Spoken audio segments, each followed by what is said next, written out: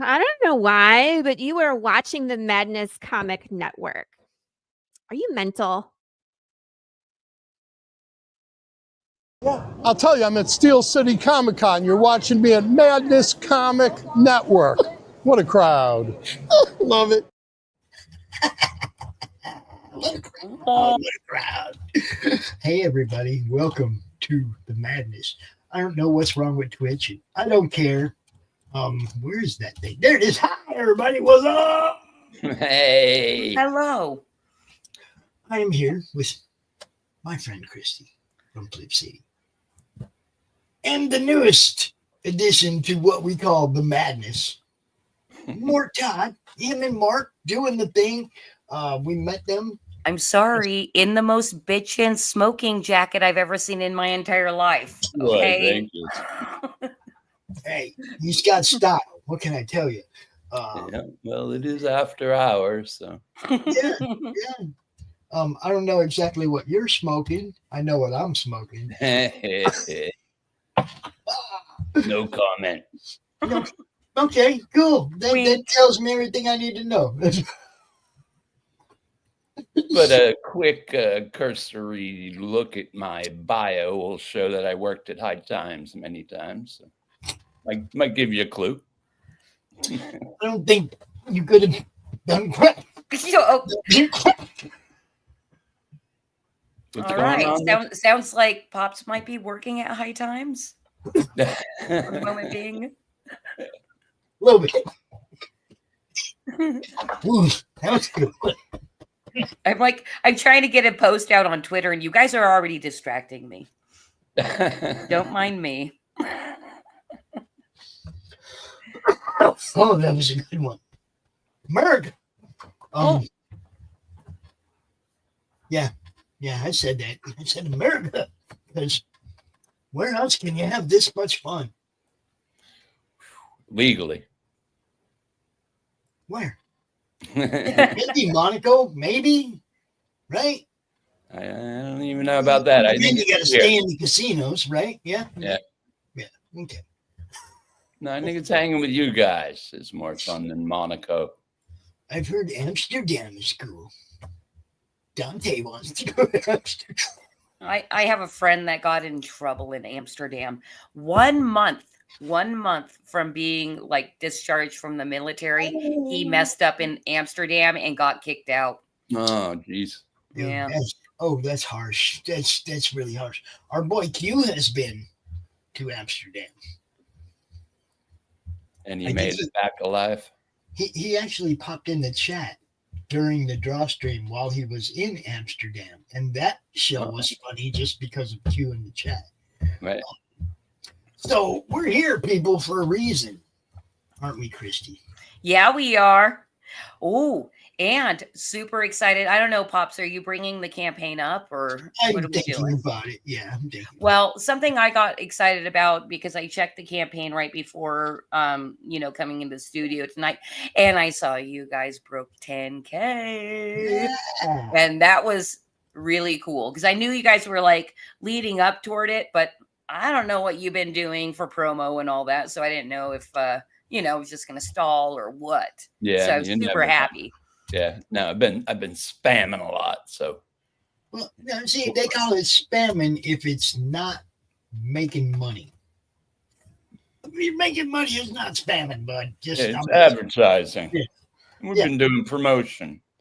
But yeah, we offered a pretty cool treat for people if we hit 10 grand, which we did. And it's basically a 36-page book that Mark Ditko, Steve's nephew, wrote about the family. And it's got a lot of family pictures and memories. And so it's pretty unique look at the life of who some called the J.D. Salinger of comics, Steve Ditko.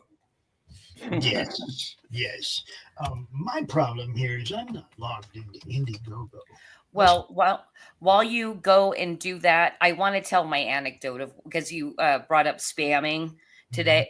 Today, Mort and I did a teeny bit of promo for you, and so I went into a comic book of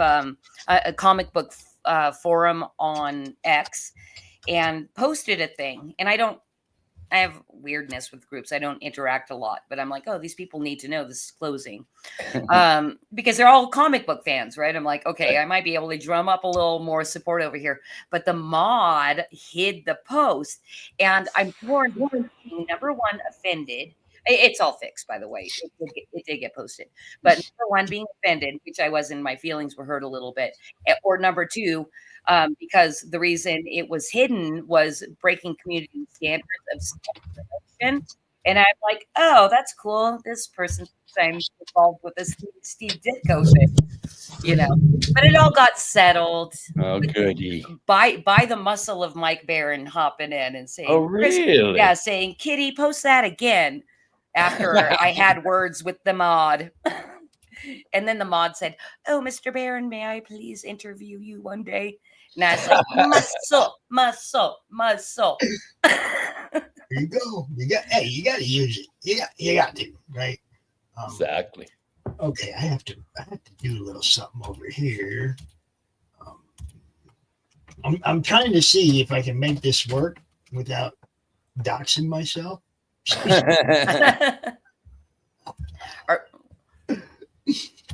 are you going to try to do without doxing yourself? Are you backing it live? Well, there is one there that I really want. What's that? Come on, man. You should know from the first time we talked. You should know. Conga. No, man, I'm a static guy. Oh. Static guy.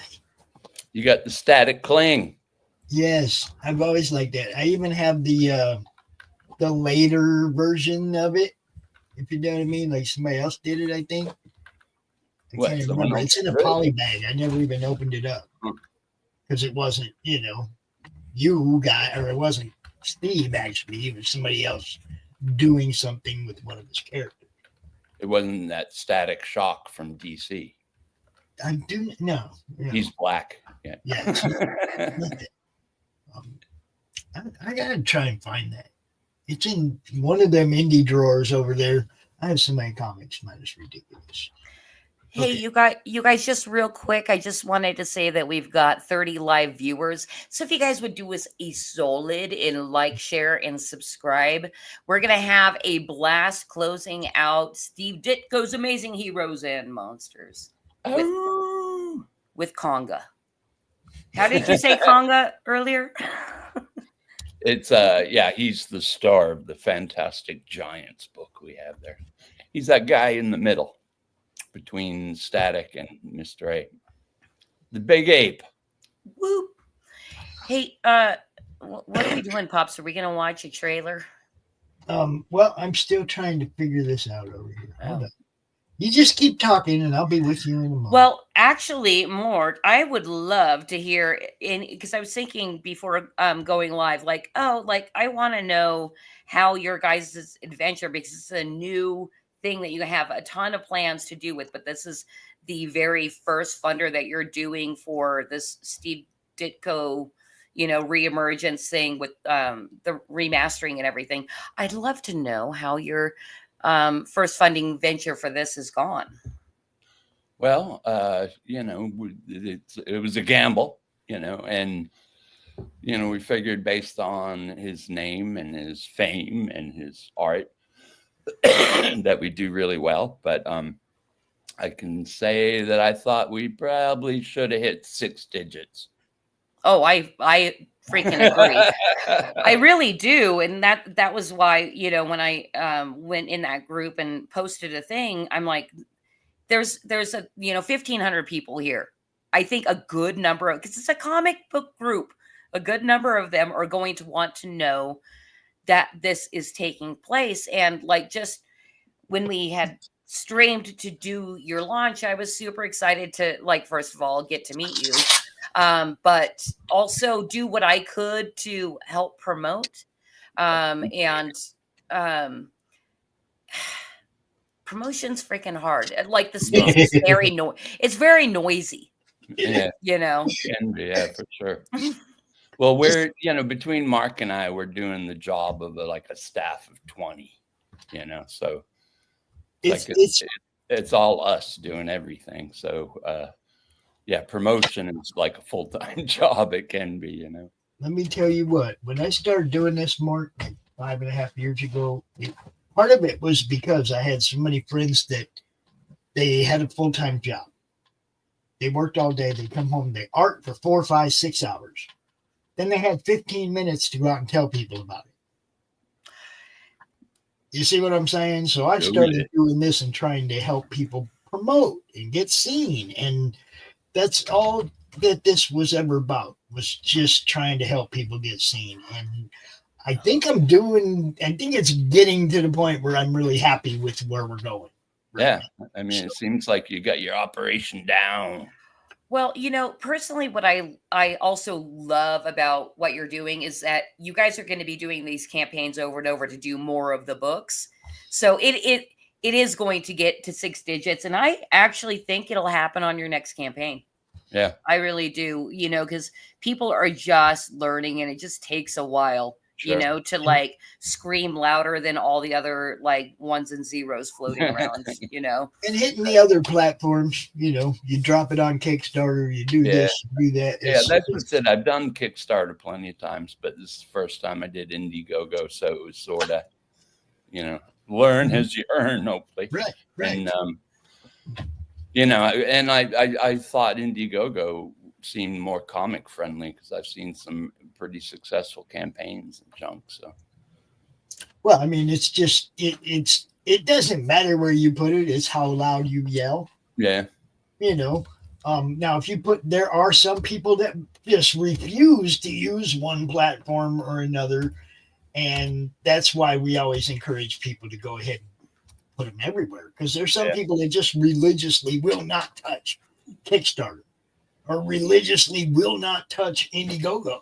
Right. And it's like they want your book. They just want you to put it somewhere where they're willing to buy it. You know what I mean? So it never hurts to put campaigns everywhere. What's up, Vulcan? Stephen B. J Tunes. Man, we got all over. J Tunes has a question about my life there.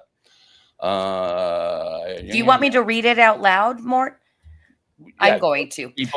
Has Mort shared about the great work he and Ditko did in Cracked in the 1989's Robot Wars? And he did get to keep the original art. And speaking of original art, is it true? Sorry. Took that away from me. Sorry. Is it true Ditko destroyed all of it? Wow. What? Dude, I think you have like a 15-minute rant to go on. Yeah, well, it was a gas, obviously, working with Steve. He was, when I became editor-in-chief of Cracked, he was the first person I called for work because I was such a geek, and he showed up about 15 minutes later in my office with his art portfolio to prove he could draw humor. And I was like, yeah, I kind of knew, but, and right. So, yeah, I was doing a strip that I was writing and drawing at Crack called Robot Wars. And it was definitely a premeditated take on Spy versus Spy, Mad, except it would transform in robots. So it was sort of like the same concept where they, blow each other up at the end and stuff. So, so I was writing that and drawing it for a while, and then I gave it to Steve. I was still writing it, and Steve was drawing it. And a cool thing about Steve is that he adds panels, because like it was probably like written to be 6 panels, and it was at least 9 or 10 panels because, he actually shows like, animation between the panels, that wasn't written there, but he showed it. And that's one of the reasons I think a lot of his comics in the, I guess 70s on would have like 12 panel pages. And a lot of it, I think I had always thought it was because, he only had so many pages to draw. So he'd cram the panels in but like with this one, he just ran with it. So that was cool. And yeah, of course, he got his art back. That was the whole thing. It cracked. We were very artist friendly, which is how we got Don Martin to come from Mad too. And yeah, that's a total rumor about him cutting up his art and destroying it and stuff. You know, I don't think he had much use for it outside of getting a paycheck for it originally. But yeah, there are all these stories of like him using like a page from Spider-Man as a cutting board or something, you know, and it's just like, no, nope. There's a lot of funky stories about Steve that just, you know. Yeah. I mean, that's why I like talking to Mark. You know? Well, you know, I actually had a follow-up because I'd like to consider what we're doing here at Flip City Magazine, flipcitymag.com. I'm kidding. Not really. Yeah. I love that you said Cracked was artist friendly. I'd love to hear just kind of to boil that down into either anecdotes or stories. Sure. Well, you know, Mad was not artist friendly. They weren't, you know, they kept the copyright, they kept the art, didn't pay reprints really. And you know, if you got blackballed, like I heard Gaines returned some of the originals when he was auctioning them, but I haven't heard anybody that got any pages because you know, he was a very petty man and thought that every $1.49 for a cracked magazine that a kid bought came right out of his pocket, you know. Okay. not realizing like kids read both, you know. Like the common thing growing up was like, oh, if you already got that issue of Mad, you can get an issue of Cracked, you know. So okay. And I pulled a big prank on Mad once too. That really pissed Gaines off when he found out about it. Go on. I was at a comic convention, and Gaines's son was manning the table, and they had an Alfred E. Newman skateboard, and I was a big skateboarder back then, and so I bought the skateboard and said, "Do you guys at Mad, you still have those tours for fans?" And they were like, "Sure." So he gave me his card, and I gave the card to my art director, Cliff, because we needed business cards. And I was like, "Hey, they always say we rip them off. Here's our card. Just put our names on it, you know." Okay. And so I called up to get a tour at Mad, and it was pretty fun. We had just swiped Don Martin, and you know, I was like 24, 25 and all punked out and stuff. So I could tell you were punked out by you saying, "Hey, can we get a tour?" and so, you know, they had no idea who I was and stuff, but they were showing like some of the artwork in their drawers and everything. And, you know, I saw some Don Martin art, and I was like, "Gosh, why doesn't Don Martin draw for you guys anymore?" And the art director actually said, "Because his wife's a bitch." Oh, I know. Okay, now and I need to know more about his wife. Well, I'm currently working with his wife to put out new Don Martin books because he doesn't own the rights to his Mad stuff, but he did dozens of paperbacks, and those rights reverted back to him. So I'm coloring them up. We're going to be putting those out, like Captain Klutz and Fester, Bester, Tester, and Phone Bone. All right, so Mort, my assumption here is you're never retiring. You're going to be fucking doing this until you're past your grave, even. Oh yeah, no, I've noticed a lot of cartoonists. They live longer, and they usually die at their drawing table. You know, because I think when you retire in your 60s or so, you just sit down and watch TV and get fat and die. You know, but if you really love what you're doing, you ain't gonna give it up. Well, you know, it's either that or you really do have your hobbies that you're really into. Like basically, it's just don't sit watch TV and get fat and die. Yeah, you know, rot away. Yeah. Oh, getting back to the Mad story. So they give me a tour, and then we go down this long hallway, and it's Bill Gaines' office, and he's got like, you know, all this goofy shit around, like a Zeppelin and King Kong in the window and all that stuff. And so we're in the office with the son, and Bill comes lumbering up the hall and, you know, blocking the door of his office, and he's go, because, you know, we've been talking with his son about EC comics, because we liked, you know, all the old horror comics and stuff like that. And so he says to his dad, we got some young EC fans here. And Gaines looks at us, goes, those aren't, oh no, I just blew the joke.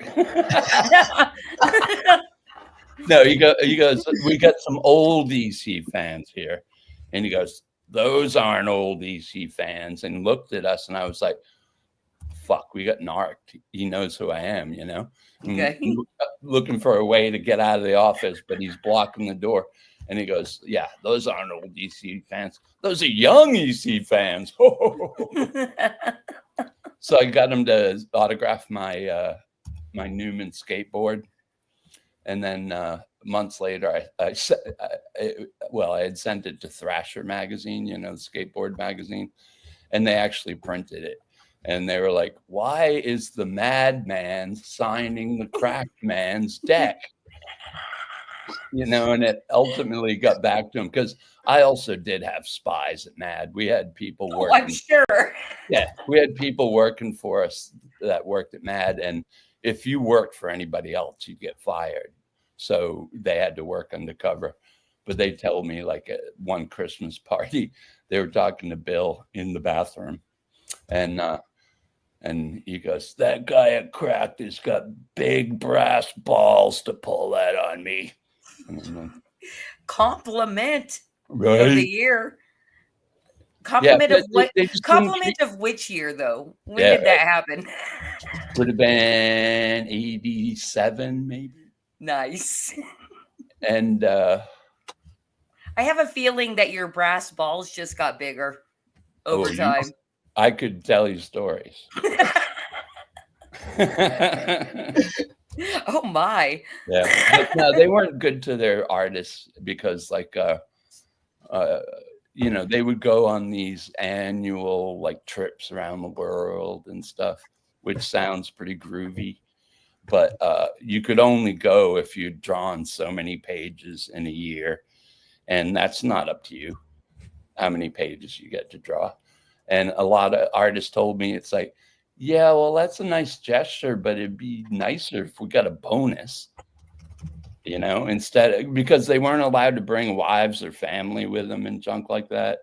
And it's like, yeah, my wife would have appreciated a bonus instead of, you know, a trip to Swaziland or wherever they went. Yep. So, well, and that's how so many businesses just operate. Is, you know, they think some kind of weird gift is going to be better than extra cash in your pocket at Christmas time. It's like, that's stupid. Yeah. Everybody wants cash. They prefer cash. Yep. Especially if you got a family and stuff. Yeah. Yeah. But yeah, you know, they would keep the original art and not pay for reprints and stuff, which is pretty skeevy. And it was the opposite with me. I was like, well, because like you said, you know, Gaines came from the old publishing, where, you know, you ripped off the artist and that was just what you did, you know. Whereas, you know, I was a young joker and I was like, artists need to get paid and get reprint money, blah, blah, blah, and own the copyright. And these guys had never published before that bought Crack. So I could tell them anything, you know. He said, blah, blah. There we go. Look what's happening over here. Yeah, I'm excited. Let's see. We got one. We got one. Let's go, people. Go check it out. This is your last chance. Look, it ends at 3 a.m. Eastern. Okay.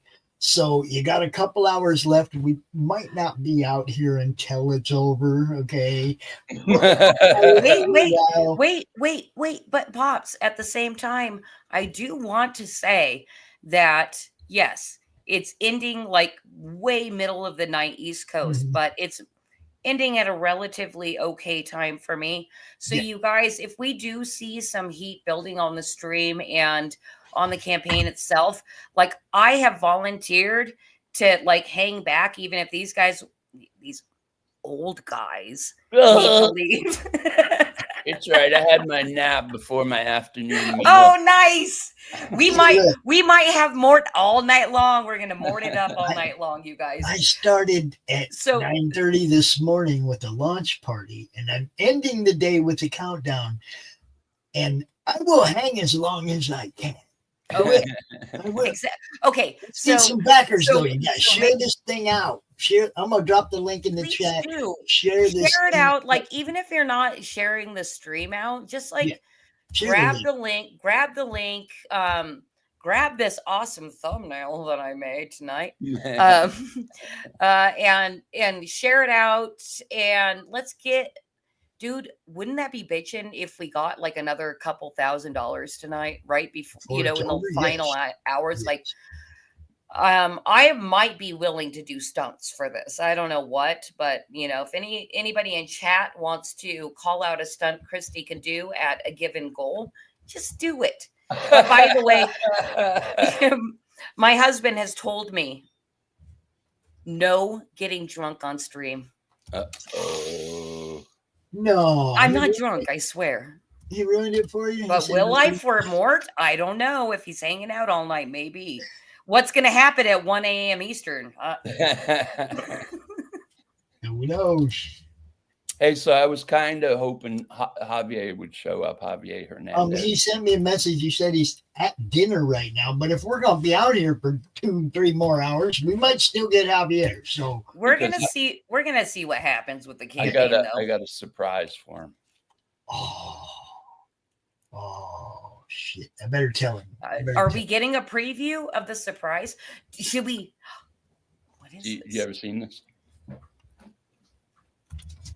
Oh, nice. That's from its character El Muerto. And it's a dead guy. Yep. Or a skull. No, he's a dead guy. He's like, he's an Aztec zombie. Well, excited. But there was a movie made of it. Yes. I think Javier was able to retire from the billions he made from El Muerto, the movie. And it starred Wilmer Valderrama from the 70s show. Yeah. Fez. Yep. Yeah. Should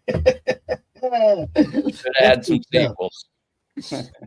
That is good stuff. All right, I'm going off camera for a minute. You know why? Oh my goodness. Was it a little puff? Yeah, I think so. But you know what's as you hear the Andy, yeah. That's that doobie, man. I don't have control of this page, so we can't do anything as far as campaign scrolling goes. But what I can do is say hello to the chat. What's up, Dustin, Geekman, Masters of the Thunder Nerds? And he shared it to his peeps. Thank you so much for doing that.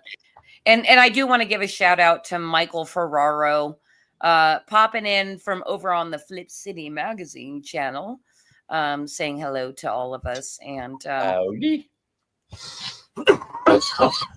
And then Woody. What is this emoji, by the way? Like, I just think it's a fart. I think it's a puff of smoke, baby. Yeah. Puff. Oh, because that's what you're doing. Whoa. Here's a. No. This is why we don't have Mark here, so we don't have to answer. Yeah, no, that's not true. Look, he was anybody named Patrick about his art though. He gave my art director Cliff. He gave him a beautiful splash page for horror comic I used to do called Monsters Attack, and So he was very generous. I'm sure he gave tons of other people originals. You know, Mort, how much, like, I don't even know how you would quantify this or count, but like, how much original art from all the projects that you have worked on are you holding on to in your Me house? personally? Yeah. None. Like None. If other artists did it, or if I did it, yeah, I got piles of garbage of like that. I drew, yeah. I got piles. But you literally have no original art from people that you've worked with. I think I might have, but yeah, basically, you know, I had a girlfriend at the time said, "You're a hoarder," because like I had 5 storage spaces, and you know, 8 copies of the same book or something. You know, she's like, she made me watch the Hoarder show where like someone had 10 spatulas, and the person was like, "Why do you need 10 spatulas?" But that's not spatulas. I know, but it was like, it got to the point where like I got rid of most of my comics and stuff too, because it was just I was using the excuse that like, oh, I might need this for reference sometime or something. And, you know, and now with the introduction of the internet, you know, it's like, you can get your reference anywhere, you know, you don't need to physically load. I mean, you know, I moved up to Maine a couple of years ago, and I still had like 2 storage spaces in New York for a couple of years. So it was shit I would never see, you know. And isn't that weird? Because I had a huge collection at one point, and a good portion of it was in storage, and it's like you can't even enjoy it when you get so much that you can't even enjoy it. Yeah. I would get something new, I'd put it up on display, and whatever was in that spot would go in a box. Right? I just kept getting boxes and boxes and boxes of stuff. Yeah, I can't relate because I'm not a collector, you know. But of anything? No, I actually no. I collect stray people. There's only a couple hours left of this bin. It is not going in demand. So look, guys, we talked about it with him. He's not putting it in demand. So you're going to have to get it now. Yes. Get now. There are 4 different comics here. We're about to run through this thing. You're going to love it. But the link is in the chat. You can go look at it at your own speed if we're not moving fast enough for you. But we have a couple hours to talk about it. So I ain't no hurry you. No, I definitely am not. And I do have to just say, what is up to Ben Sullivan? And also, I have to show this live because Mort, you don't know this, but this is, why did you take it away? Because it's Ben. Ben, he's your friend. I know who Ben is. No, I don't think you really know who Ben is. Ben Sullivan is the lead parody artist for Flip City Magazine. And this is some of his art. Hold up. You got to make yourself big. If you yeah. So this is Ben Sullivan doing the Joker. This was our Joker musical. I just have to show off his work live because he popped in and said hello, and we fucking love Ben. Like he's a wonderful cartoonist, and I just kind of wanted to relate my own tiny story to you, Mort. You can take me off in no, you're telling a story. You get okay, fine. But Mort, when you were telling the story of Ditko doing extra panels and everything, Ben, and the way we work with Ben is Ben has basically worked himself up to doing extra pages for our parodies, and it's like the relationship is wonderful and sweet. You know, so I feel like I'm kind of reliving your story a little bit in what we're doing. And well, you probably have a looser pagination for your books than, like, you know, because Ben is your friend. Monthly book, so it was like, oh, it's kind of got to be 58 pages. You can't have, you know, 5 pages. Oh yeah, no, we're 6. You know. Yes, I mean, you know, you can shuffle stuff around, but we're indies, and that's why indies rock, because we do allow ourselves quite a bit more flexibility. Trying to get this where you can see the whole thing. There you go. That should look better. Okay, Mr. A. It's Mr. A. Ben, is Ben your friend? Christy? Ben's my friend. He's the best old Ben that's ever been. Ben, you're my friend. Yes, it is Ben. He's her friend, the best friend he's ever been. There you go. No, he's the best old Ben that's ever been. And your best friend that's ever been. I'm throwing extras in there. Let me add that's my, you know. Are those lyrics from the Michael Jackson song, Ben? What's funny, Mort, it is actually a song, but you know, just done by a dude online. Yes. It's funny because I can hear the song from Ben from the movie, the Michael Jackson song. I can hear that. I can hear it in my head right now. I'm like, no, why'd you do that to me, Mort?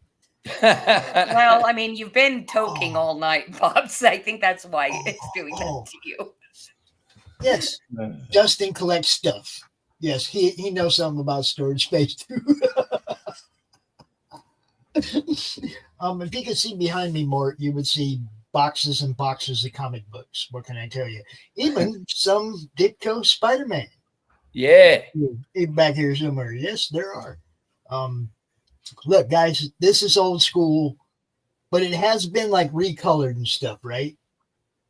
What about our books? Yeah. These books here, yeah. I mean, this Mr. A book was supposed to be in color when I commissioned it in the 90s, and but it never came out. So this is the first time it's out in color, like it's supposed to be and collected and all that. Mr. A. Let me get down here where Mr. A. There you go. Okay, the digital edition of Mr. A is $5. You can get it right now. No waiting. And then there should be a print edition down here somewhere, right? Yep. Oh, there's stickers. There's some Mr. A stickers, guys. $10. Yep. Mm-hmm. And the print edition. There you go. And we also have a variant with a metallic cover. Oh, it's so shiny. Like, I am so attracted to shiny objects. Put that back up there. I was on the page and I didn't see that. See, that's the problem. When you're scrolling through the campaign, you don't see what your guests are doing. Yes. And, awesome. And it's got the regular contents inside, of course. Beautiful. But it's fun. I mean, it's kind of weird because I'm bookending my life sort of with Don Martin and Steve Ditko. You know, I worked with him in my 20s, and now I'm working with him again. And it's like coloring their stuff is wild because it's almost like inking it, you know, because basically you're going over every line to fill in the color and everything. So it's interesting. Go get some right now. Look, there's 4 different books, like I said, on this campaign. Did you kick me off? Well, 8 if you count the variants, and 12 if you count the digital books.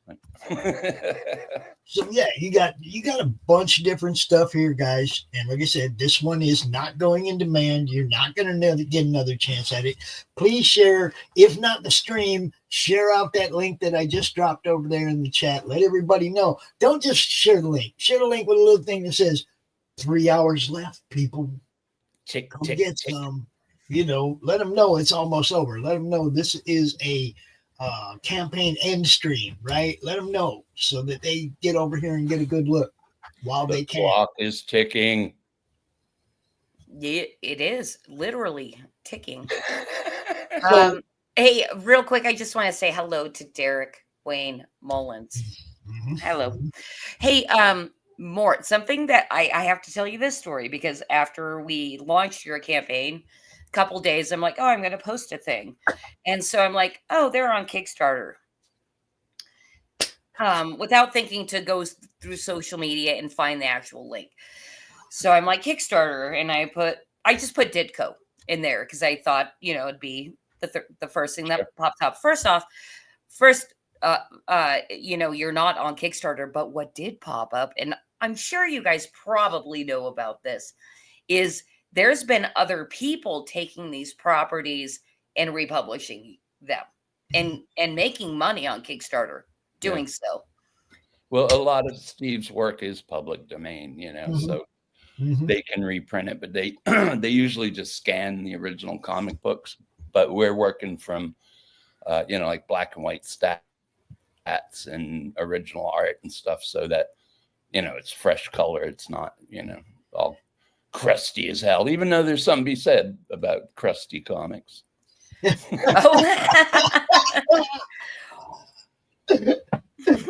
Well, I know Sideshow Bob. Oh man, my mind went 50 different ways with that comment. Okay, so I thought it was socks. Dan says John Byrne said he combined Ditko and Romita for his Spider-Man art style, and that kind of makes sense. It kind of makes sense. But it still looked like Byrne. Yeah, well, I mean, there was enough differentiating from the two and mashing the two together to make his own style. I mean, for all the artists that have, kind of swiped Jack Kirby, there weren't many that swiped Ditko for some reason. I don't know why. It's like, I can think of a couple. I mean, like, I don't know if, Jim Starlin, when he first started out, was kind of Ditko-y. I'm trying to figure out this here. Christy, I have to check out for a second. I have to look. Hey, what I'd love, I'm not going anywhere, but I have to look at Pops, what I'd love for you to do is I'm going to share my screen so I have control of this, because I actually want to go through all the trailers, because you freaking rocked these trailers and I want to show them off. So before you leave, Pops, just let me share this. Oh, wait. I have admin control. Yes, you do. I'm a dumbass. Don't mind me, everybody. Remember at the beginning, I asked you if you wanted to start the show? Yeah, that's true. And I said, no, I do not. Because of stuff like this, where I like totally derp it. I have to check the scheduling thing real quick. You guys, I am not a producer. I'm not a live stream producer, but let's go ahead and just like take a look at this lead trailer first. And we can talk over this. Oh, wait, can you see it? Oh, I don't know what's happening. Hold on. I think I didn't share the right screen. I'm gonna stop my screen and share again. Oop. I stopped my camera too, everybody. All right. Chrome tab, this. Share. All right, you can see that, right? I see nothing. Now you can. Now we're talking. All right, here we go. We're gonna get there, folks. Here we go.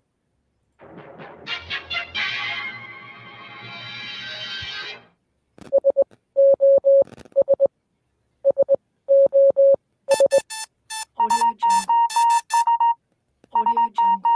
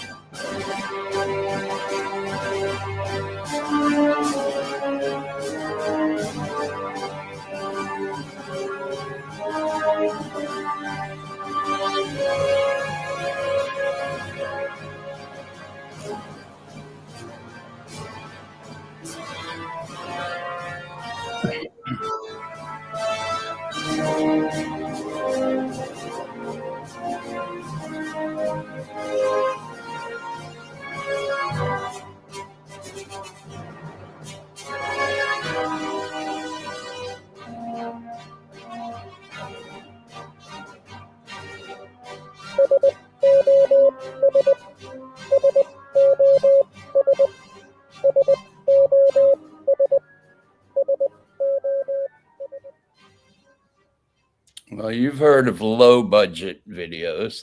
That's a no budget video. Dude, but see, here's the thing while I'm watching this, and this is hitting me directly in the balls, right? And I don't have any. So like obviously it is just like tugging at me in a certain part of my body. And like while I'm watching it, I'm just like thinking of you as a young man, like even before getting into everything you got into, because obviously you have you've been doing it your entire life, but you have a fucking handle on aesthetics. And because it is, it is not, I wouldn't even say obviously a low budget thing. It's not, because it's all your sweat equity, and it is a high budget thing because you fucking know what you're doing. But my question is like, I'm really intrigued to kind of know, like, before you got into this, like, I'd love to know, like, young Mort, like, what were your dreams and aspirations? Like, are we getting too deep? I don't know, but like that kind of stuff interests me. Right. Now, I grew up in a very small town in Maine, and, started drawing and stuff when I was pretty young. And, by the time I was in high school, I knew, I wanted to I was making comics in high school, but I wanted to, be professional and junk. So I had to move to New York for that. So right out of high school, 17-year-old little punk rocker moving to the big city. You gotta also please can I interrupt your story for 1 second? Because I want to know more about punk rock Mort. Like, because this is like at the height of like, this is like the new thing is being punk rock. Oh, really? Well, do you ever, I knew a lot of bands, even here in Maine, like, when there were like 3 punk rockers in the whole city and stuff, I knew bands up here would do ads for them and junk. And then when I moved to New York, started doing record covers and stuff. Like I did a series called Back from the Grave, which was garage punk from the 60s that a friend of mine would go around the world and find, these 45s that were like pretty obscure, but really great. And so I did all these covers with like punk zombies killing hippies. And nice. And it was before the zombie was a regular character in everybody's homes as they are now. That is true. And so, yeah, I just hung around with a lot of bands in New York, went in a lot of club hopping, skateboarding. So, are you basically saying you just kind of like networked the scene? Yeah. Yeah, it's just like I didn't have a choice, it wasn't like, I didn't have a, rich family to support me or anything. So I had to, get my 75-cent falafel once a day or something, that was about it. Who doesn't like a good falafel? Yummy. And so, yeah, it was quite a wacky scene in the 80s in New York. A friend and I took over a floor in an abandoned building and squatted there for about 1.5 years and had free electricity and gas. And I really can only imagine. And I mean, the Lower East Side back then, it looked like a war zone. There were just all these burnt buildings and lots just full of garbage. And any of the stores in the neighborhood, they were all, fake. They had fake fronts, but they would sell drugs. And now I go back and, they're like, $10,000 a purse store or something, a boutique. Right. Well, so how much of your life have you spent in New York?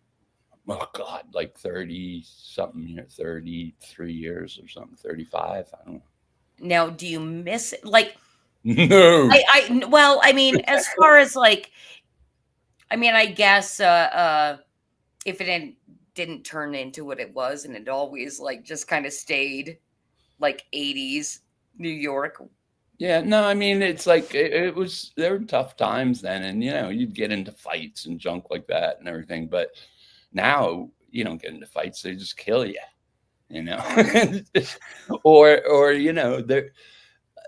there was this thing. This guy on a subway found a dead body and decided to fuck it. So I mean, that I just don't remember necrophilia being too popular back in the day. So like New York's just. I can remember too being a kid and seeing old ladies that would have their shopping carts instead of a wheelchair and shit, all hunched over, and I'm like, I don't want to be like that when I'm that age in New York, man. There's just too many predators, Yeah. And it's so friggin' expensive too, because like that was one of the reasons I moved back, because my family's up here, and I knew my parents were getting old and all that, so. But it's just so much cheaper up here. The cost of living is ridiculous, and it's still pretty high, but. Yeah, and I'm sorry. Where are you right now? Maine. You're in Maine. I'm in Portland right now, yes. All right. It is fun that we have a Portland on each coast. That I would think is maybe similar. Yeah. Nah. I think the other Portland's a lot more urban. It's more of a city, whereas this Portland's kind of like a big town. I don't think the tallest building's probably like 12 stories or something. Yeah. Well, Christy's exposing herself for not traveling enough, you guys. Oh my God. What's that? I said, oh my God. Oh my God. It's because I live in Southern California. Why leave? Yeah. Except for to escape all the policies. I'm holding strong, you guys. I'm a California patriot. I'm not abandoning my state. We're gonna take it back, damn it.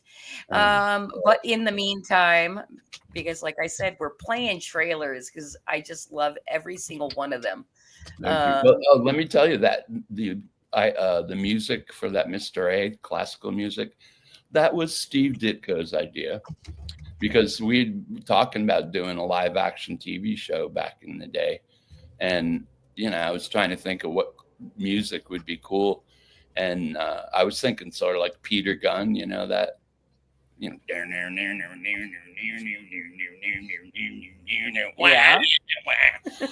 something jazzy like that, and Steve was like, no.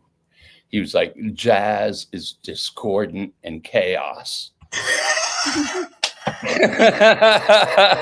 So he really wanted classical music. So I used Mars, Bringer of War, which actually has like, if you listen to it, it has the SOS code in the music. Oh, of course.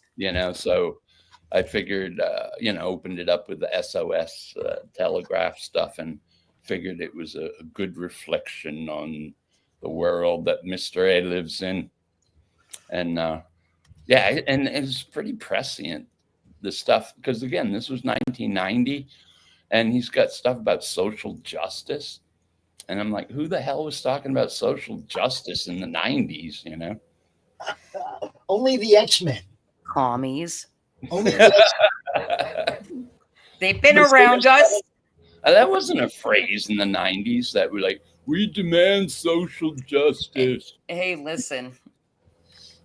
It's not like this shit happens overnight. No, it was yeah. correctness then. It was wrapped in a different package. Right. It was, guys, you can't be quite so harsh on the other guy. You have to be politically correct. And, oh my God. But Pops, can you flounce around a little more while you say it? Did you clip that? Did you clip that shit? I will in the future. Okay. Good job. But I really won't. Look, I loved the parody magazines back in the day. Yeah. Okay? And there's we know there's only one now that even compares to what it was back then. The only one in the world. What other humor magazine is there besides Flip City? Yeah.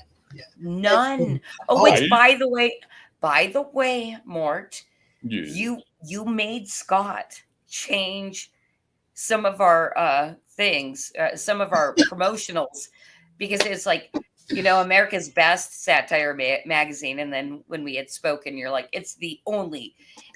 And so Scott took it to heart and it's like, I'm changing these promos. Great. Yeah, it's like, you know, Mad puts out a reprint book every now and then or something. I think just to keep the copyright, but. Oh, proud moment for us in particular that just happened in this last week. Flip City, for the first time, was found in the wild because we didn't know we were in this particular comic book shop on a magazine rack between between a reprint of Mad and a Crazy magazine. Holy cow. Yeah, and it's like, woo, we look so fucking hot there. Yeah. I saw a salty cracker push in your magazine one night. Yes. Well, I think that's how you found us, sir. Yes. And look what's on top of that was like years ago that I it was years ago. Salty still talks about us because he loves us so much. This is on top of my reading stack. This is next. This is Please next. do. Please do. You know, It like is. we really don't produce Flip City to like sit on shelves or be shipped in Gemini mailers and be treated as like some kind of really like, oh, don't touch it. Like fucking rip the bag open, stick it in your bathroom, use it as toilet paper if you must. If you must. Look, I don't be a man with the acid-free backing board. I'm one of them people that doesn't take comics in the bathroom. I have novels. So he'll take his phone. I was going to say, yeah, that's what they got phones for. I don't take my phone either. That's where I read my novels. Okay. That's where I get the word reading in without no pictures. So like you go in and start World War and Peace and you're sitting there until it's done. I don't want my books to catch a stench. You know what I'm saying? I don't want them to catch a stench. I don't want to open that bag up next time and go, oh, damn. In one of my apartments, I had one of those comic racks, you know, that was like, look, hey, kids, comics or whatever. And so I put the comic, you know, old shitty comics that I didn't really care about, but they're still fun. And I put them in the bathroom. And what happened was, you know, they got humidified pretty damn quick. You know, after a couple showers, you know, they were just like all the steam in it. So it's another reason not to have your comics in the bathtub or something, you know. So only in the half baths, you guys. Only in the half baths. What can you tell the Stacy about this question right here? Well, I don't know if you guys are familiar with Lloyd Llewellyn, but it created by Dan Clowes, who did the comic they based Ghost World, that movie Ghost World on, and a few others and junk. But he and I were roommates in New York for a long time. And we'd work on each other's comics, you know, like sometimes I'd pencil and he'd ink, and sometimes he'd pencil and I'd ink. And so he got this deal. It was about the same time I started at Cracked. He got a deal at Fantagraphics to do the series Lloyd Llewellyn, which is kind of like a, you know, like 60s cool spy kind of guy.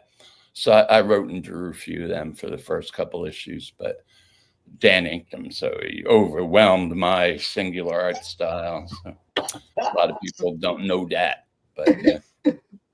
Well, look, I didn't even know you worked on that. So, look, Stacy, from what I understand, has a huge collection of movies.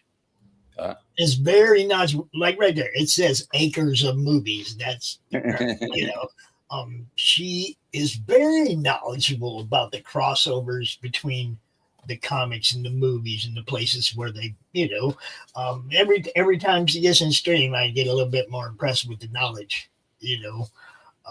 Can't help it. You got to pay attention to your fans, right? You got to pay attention to the people in the chat. And, hey, that was a question I would have never known to ask, right? Oh, I know. I'm freaking loving the chat tonight with their wonderful questions. I'm like, Yeah. because my goal on any stream is to like be as lazy as fucking possible. Like, guys, like more questions for Mort. We're gonna be here for hours. Yeah, I think that's what the goal of all like talk show hosts. They just show up and let the other people talk. You know, good gig.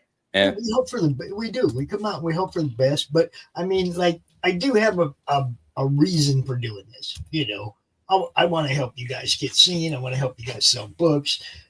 We did pick up another backer over there. Sure. Oh yeah. Oh, I did see that. Yeah. Do you have? Oh, dang. See, What? I got curious, you guys. What? I did get curious. Oh, good. There you go. And you're in control. That's yours. Oh, see, but that's mine? Yeah. Oh, it is. Oh, wait, because I just recently refreshed and I was like, oh, cool, a new backer. So I'm gonna refresh again and see what happens. Let's see what happens here. I got 316. Yeah. And when we started, it was 314. So, you know. Damn. Let's go. People. We'll be making that 100,000 within a couple hours. Come on, people. Yeah, I don't know what I would do for that. Yeah, I'd freak out. That's what I do. Yeah, I think that's. I also got to tell you guys. Are you familiar with Dan Klaus? A little bit, not a lot, a little bit. I'm not. Because again, like I was probably 18, 19. I sold a screenplay to a German production company, and we shot it in New York. And you know, we were all like in our late teens and 20s, but it was about a rock and roll superhero team called the Ultimates, and the band members, there were 3 band members, and the lead guy was Dan Klaus. We hired him to be it, and we made him look totally like Speed Racer. He had a big black pompadour and all that. What was the pompadour? His real hair? Oh yeah. Nice. He's pretty bald now, so I bet he wishes he kept it, you know, in a bag or something. You know, okay, so note to people in their youths right now: just save your hair clippings. You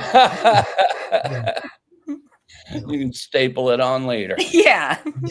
Or super glue. Hey, if you're famous, you can sell that shit, though. There you go. You know, you're famous. You know, I mean, they sell bath water. They sell all kinds of crap now. I did that.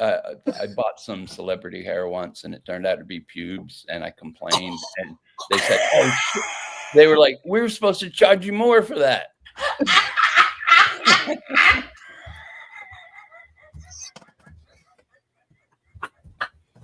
Wasn't that funny? For reals, everybody. Oh shit! Oh. Yeah, it's a good time to share this out to every Facebook group I know. It can only get better from here, right? Right? Being optimistic. I agree. Yeah, it's time to share this out everywhere. Here we go. Oh, well, that's what I was also doing. What are you sharing? I'm sharing. I'm doing it on Facebook because I'm in like 50 groups over there. Ooh, thank y'all. You know, and I'm about to spam everybody. Oh, well, on that note, actually, let's watch another one of these trailers because, like I said, like they are the bomb done on a no budget. Yeah, no, that's just showing the cover. Oh, that's just that. Yeah. You guys, yeah. Thank you, sir. This one. Yeah. Let's do it.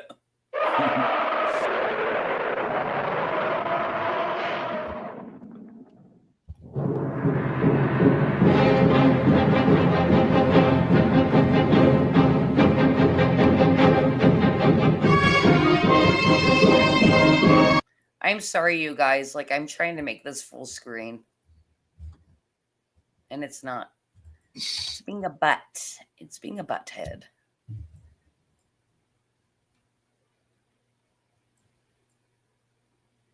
Okay. Go full screen. It just There ain't, you go. it Okay. just ain't working with you, is it? It is not. Pops. I'll blame that on Crom. Blame it on Crom. Go ahead. I am blaming it on Crom. Like, I really hate Crom, and I'm very like upset that so many people are doing fan out art of Crom. Like, why the hell are you drawing this oldest shrivel? And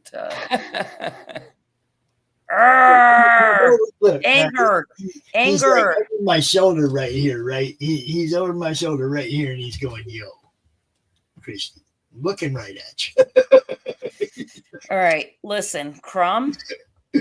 It's what I'm about to do, but like, I feel like I might be making a mistake asking for this. Pops, do you want to try it? Because I don't want to play it not full screen. Would you like me to upset. try? Is that what you're asking? Yes, Let me that's see. what I'm asking. Which one? I'm like, actually, I'm not. Like, I don't even want to ask Crom's permission because he's a dick. Is this the Fantastic Like, I'm Giants upset. one? Yeah. Yes, please. It says full screen is unavailable. Word more. What? All right, fine. It does say no. And when you're playing it, it says it will not play. It's unavailable in full screen. I do not know why. But Screwy. I'm going to stop sharing that and see if I can get it to work when not sharing. Nope. Does it have a watch on YouTube thing to click on? that's what I'm checking right now. Checking to see what this link, where this link takes me. This link took me to, yes, YouTube. I got you. Hold on. Give me just a moment to. No, I got it. I got it, Pops. I'm going to do it. I got it right here. I got it right here, buddy. Now I got to get back to StreamYard. Here we go. Oh, see, now look, you went and stopped me, and I was all ready to just share it. You stopped me. I did, because it's all about me, like all women. Why do you guys just learn, right? Just learn. It's all about the women. Oh, wait. Wait, hold on.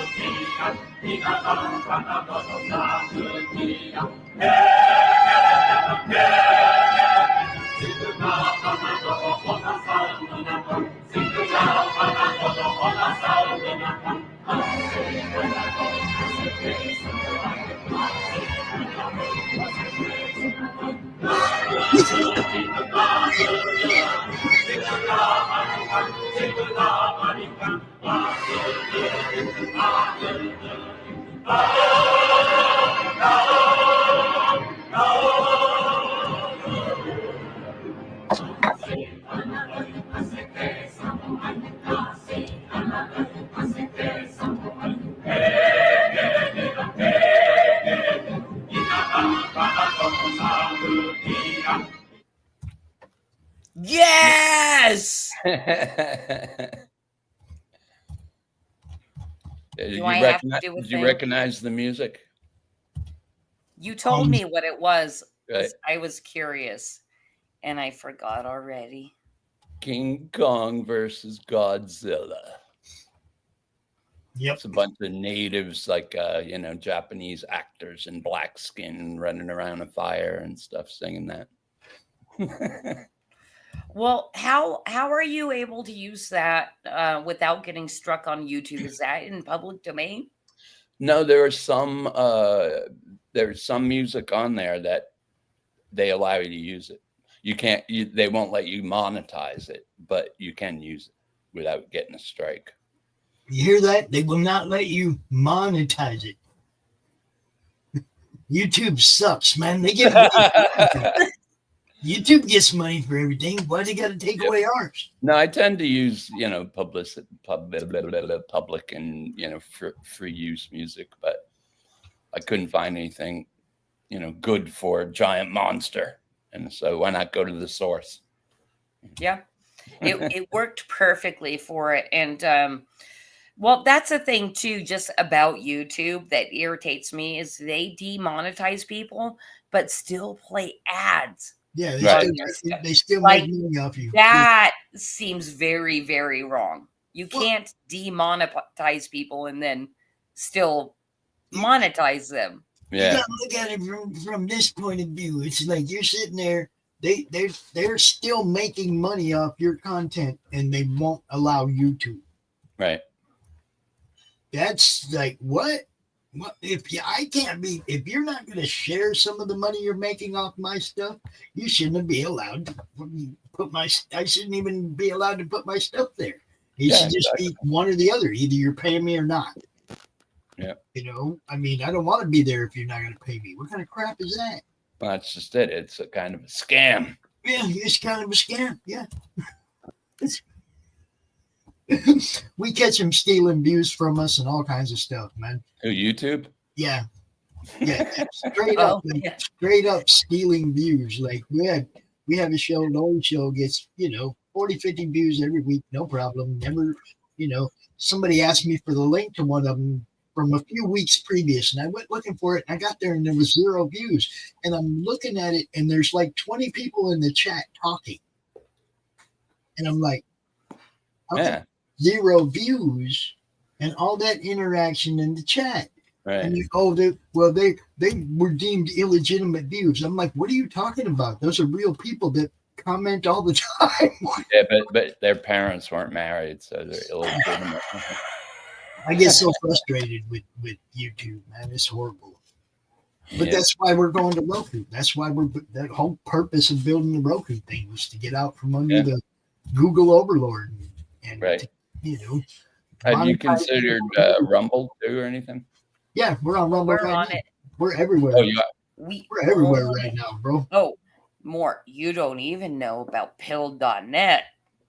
That is how dialed in this network is. We're on pill.net. I have to look that up. Please do. You might find some things that interest you. I mean, you'll find this show there right now on the Madness. Are we on Build? On the Madness Comic Network right now, yes.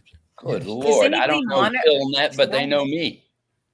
They will. Should I be monitoring that chat? Check it out. It's like this, Mort. Right now we're on Facebook, and in a few dozen different groups we've been shared to. We're on 3 different YouTube channels. We're on Twitch. We're on 3 different X channels. We're on Rumble. Damn, I forgot about Twitch. We are all over the place, bro, and that's my job, is to get people seeing and get it out there as far as my reach will go, and then beg other people to share it to increase that reach. That's what I do. So again, begging everybody, share the link out. It's right there in the chat. Share the link out. I don't care if you share the stream out, but if you come on, people want to talk to Mort, man, share the link to the stream out too. Get some more people in the chat talking. Have some fun. We got 2 more hours, 2.5 hours left on this campaign. Hey, yeah. Oh, baby. Oh, you guys, we passed the midnight mark. Mm-hmm. Yeah, it's past midnight here. Yes. Good thing it's not a full moon. So Christy, are you still showing the campaign? I don't know what I was doing. What? Stop bossing me.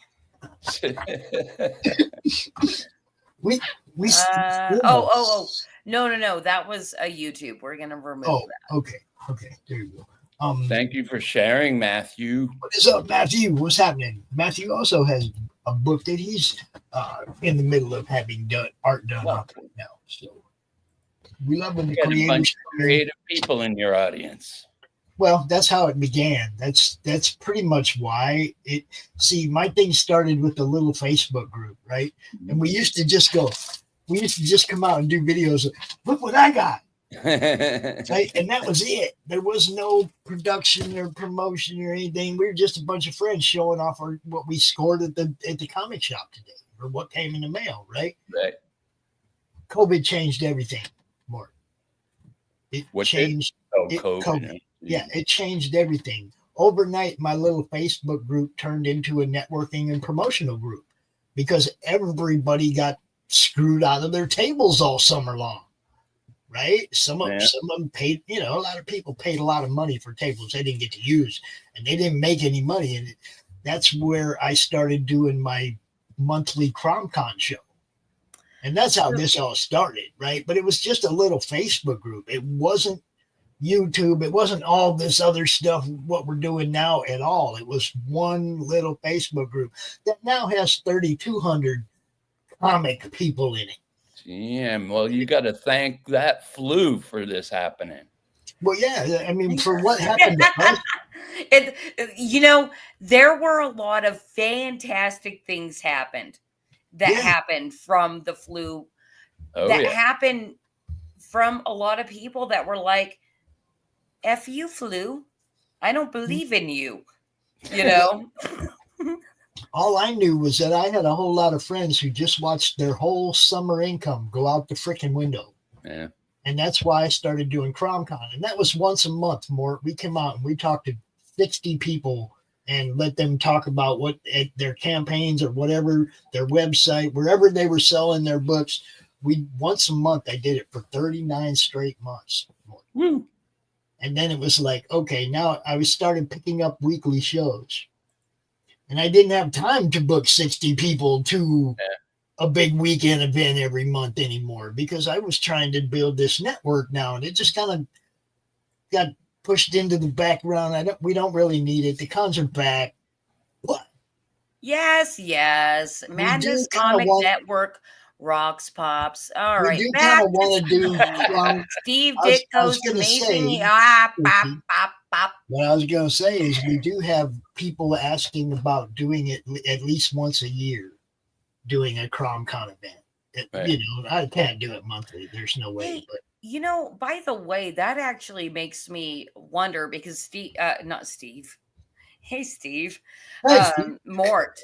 I'd actually love to know what kind of knowledge you have on actually running events, because I know you have one coming up, like in person, in real life events. Like that excites me because I'd like to do my own one day.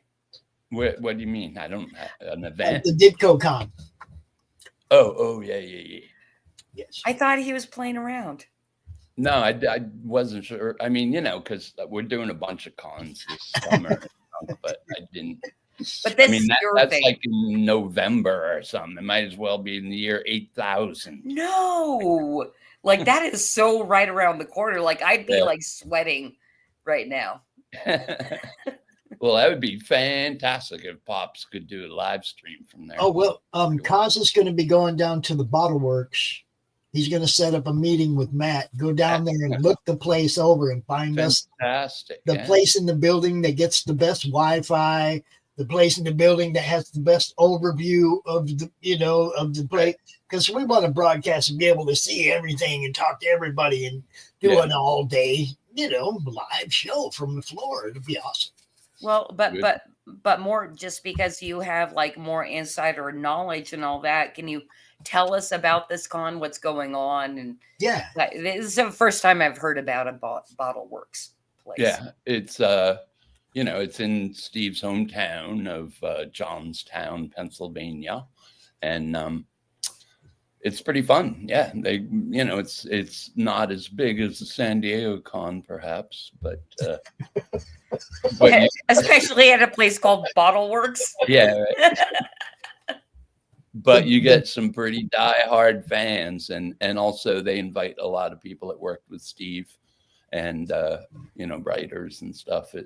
So you can find out there's true story behind the creation of Squirrel Girl, stuff like that. One of Steve's most famous characters. And so I'm sorry. So this is a thing that's happened in the past. Yeah. This is going to be the third one, right? This is going to be the third one? I believe so. Yeah. I went to the last one. They've been doing them biannually, and that has nothing to do with sex. Biannually. Or gender identity. Yeah. It's not biannually, it's biannually. I was gonna say it. I was gonna say it. I let you say it. You got too much class to say it. Oh, it was right. Tip of the tongue. I don't think he does have too much class to say it. That was good. But they also have they have people selling stuff, and all Ditka related. But what's really cool is they got a little section of the Bottle Works where they have a permanent display of a lot of Steve's stuff, like his drawing board and photos from when he was in the Army. It's really funny. There's a couple there's a photo of him in the Army climbing the side of a building, and it's like so I think he knew he was going to do Spider-Man years ago. And it's like, draw what you know. So it's like, I don't know about climbing buildings. That's why somebody was taking pictures of him up there so that he could get that visual. Yeah, right. Yeah. And some art he did in, when he was a kid, which is pretty cool. And Matthew said he went to the comic shop today and bought Powers #1. And now he's lost at the casino. Oh. Or he lost at the casino. One or the other. You're not supposed to lose at the casino, bro. You're not supposed to. Get that gambling addiction under control, Matthew. Is he talking about, he said Powers #1 is, I did a bunch of stuff for this company called Power Comics. I don't know if that's what it's related to. I think Powers #1, isn't that Vince White's book? I'm not sure. There's so, man, I talk to so many people about books so much. I don't know, Matthew, whose book is that? Talk to me. There are so many, but I'm serious. I've probably, since I started doing this 5 years ago, MORT talked to 2,500 people. Easily, I'm sure. Yeah. About their comics or their podcasts or their movie, whatever, right? Right. I talked to a lot of people. Yeah. Well, again, it's such a difference from like the early days, like 1990s, before internet and junk. But anyone can put out a book now, which is pretty cool. Can do a comic, because and anybody can do a podcast. And the competition is so harsh on all the fronts, right? Okay, independence, the only way you're going to get anywhere. Okay, nobody's getting a job at Marvel unless you know somebody and you're willing to house style or whatever the hell it is they're doing over there. Yeah. It's ridiculous, right? So you gotta do your own thing. Indie's the way to do it, right? Yeah. I wish there were more people building networks like I am to get more people seen, because I can't barely scratch the surface of the amount of things that are out there right now that are available that are cool. Yeah. I don't know about 90% of it probably. Right. I only know about the stuff that crosses in front of me, right? There's way more. You go look over on Kickstarter, there's like 300 active campaigns. You're like, what? Yeah. And there's no way I'm going to see all that. I'm going to see 5, 6, 7 of them, that are people I know. And that's it. There's so much more out there. Right. It's crazy, man. and it's cracked. Even.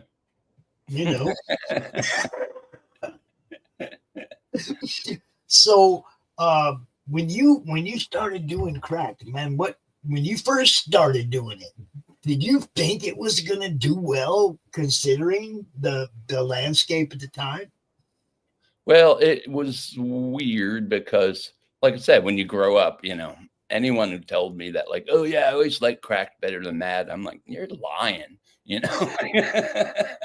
I mean, they had some good artists and stuff, but you know, it was kind of a pale imitation of Mad. I'd like to tell people I turned Cracked from a 5th-rate humor magazine to a 3rd-rate humor magazine. And well, like there was some of it though. It wasn't so much one that Mad was like way better, because some of the individual comparisons, like if you parodied the same movie, sometimes Crack kicked Mad's ass. Yeah. Okay. Sometimes the writing was just, you know, that's what's funny is it had to make me laugh, or I wasn't gonna buy any. Yeah. Right. I mean, well, we had a much shorter lead time than Mad did. And so Mad would wait and see the box office numbers and blah, blah, blah, blah. So their parodies would come out like almost a year after the movie did, right? So we had a much quicker lead time. So we were starting to beat them all the time with movie parodies. And I know from my spies that they got letters from kids saying, you're ripping off Cracked, you know?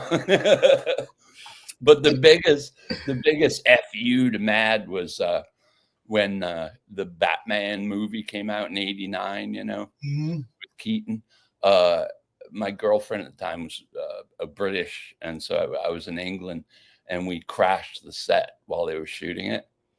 And because her friend was actually like assistant art director in the film or whatever. So we get in the middle of the night. I took photos of like everything, like the miniature of the Batmobile before it was built and all that stuff. And so, you know, we had all this stuff and came out with our Batman parody easily half a year before Mad did. And what was funny is that Mad was owned by Warner Brothers, who owned Batman, who made Batman. And they didn't give them any, you know, any promotional material or anything. So we totally pulled the bat rug out of them off their feet, you know. Oh, that had to be annoying for them. Yeah. Look, right now it's like I'm halfway wanting to dig through a couple boxes and see if I can find my Crack magazine. I'm pretty sure I have that Bad issue. Was that a yellow? Was that a yellow cover? What? Oh, that Batman one? Yeah. Well, we did a couple. I mean, I can see it. I can see it in my mind. Yeah, the main cover had Batman on a building ledge with instead of the bat signal, it was, you know, our mascot had a happy face symbol. So, you know, I mean, it totally makes no sense nowadays, but back then it was like, oh yes, of course, that's the symbol of Sylvester P. Smythe, the Cracked mascot, you know. Oh man, I'm looking at covers right now. Man, there was some good stuff here. There really was. Yeah, it was fun, and I got to work with some fantastic artists like John Severin, was just incredible, you know. And the A-Team, God, I remember all these, man. Yeah, and through Crack too, I could hire like artists like Gray Morrow, and I got Alex Toth to do some horror stuff, and it was Gene Colan did a lot of work with him. So it was basically, you know, it was geek time, you know, growing up digging these guys, and then, you know, you could just get on the phone and go, you want to draw a story? And it was like, it was sort of like, I saw it as like actors that do TV ads, because like when they had to do a comic book, it was like 22 pages, you know, and monthly, and a pretty crummy page rate. Whereas with ours, you would draw like 4 or 5 pages or more in black and white, and the rates were phenomenal. They're really good. I mean, that Batman issue, we were selling in the millions, you know. I don't think you can do that anymore. No. I'm looking at one that's got Batman and Robin and Catwoman. It's a Cracked special, I think, or Cracked swing. It's Wayne and Garth as Batman and Robin. It might have been after my time. Oh, that's hilarious, though. That's good stuff. That's what I mean, man. It was a great magazine. You know, there's no, you can't take anything away from what you guys did back then. It was amazing. Thanks. Yeah, I've reissued a couple books. I did a book of all Severin and one of all Jack Davis from Crack, because Crack doesn't give a shit, you know. I can't really use the name on the cover and stuff, but they don't care about the material. It's orphaned, so it's good stuff. I gotta quit looking at this. I'll get caught up with it again. Or at least share it. Well, I mean, I was just looking at all the images of the covers on Google. You know, I mean, if you put Crack covers, man, it brings them all up. I was looking for the Batman one. I didn't see it. Since it was like the 80s, whenever I had to call another company and say where I was from, I would always say Cracked, because so many times people go like, Crack magazine? You guys got a magazine about crack? You know? so I had this French girlfriend of mine. She would always pronounce it Cracked. It's like Cracked. So I just kind of put that accent on it. That's pretty funny. Because crack was really big in the 80s. You think? A little bit?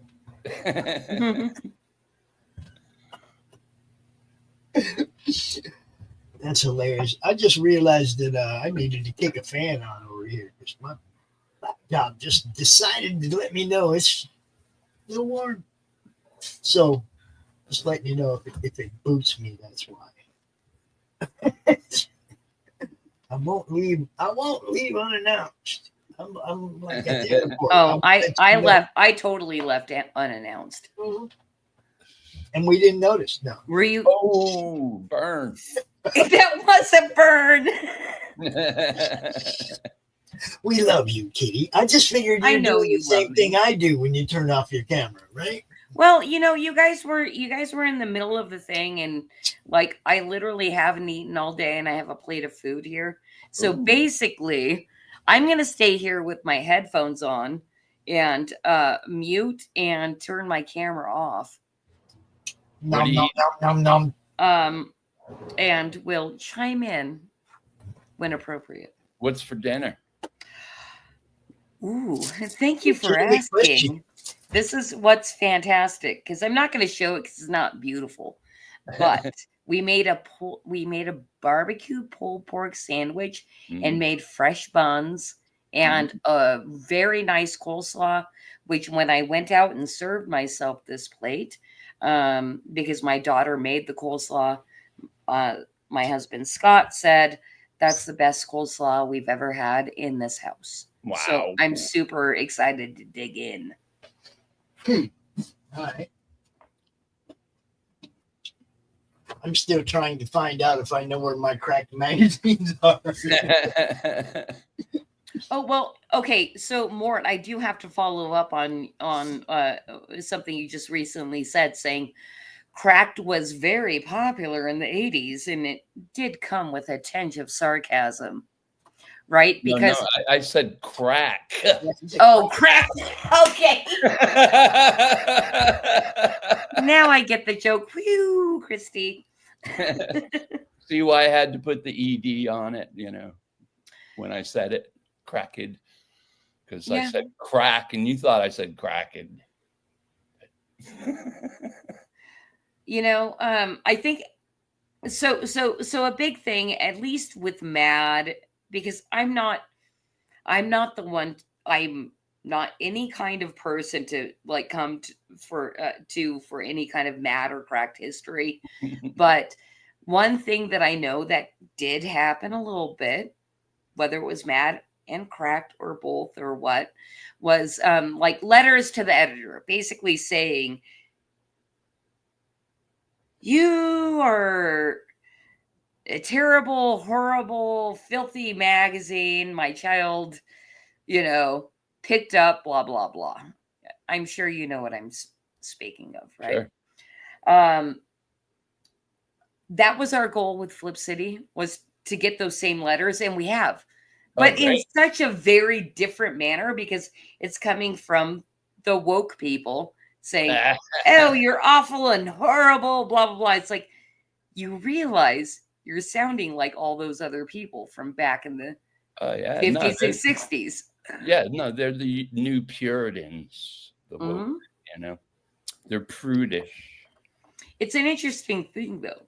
You know, it's basically, you know, history doesn't, it's, what's the saying? History often rhymes. Repeat. Oh, yeah. Yeah, it doesn't repeat, it rhymes. Right. Yeah.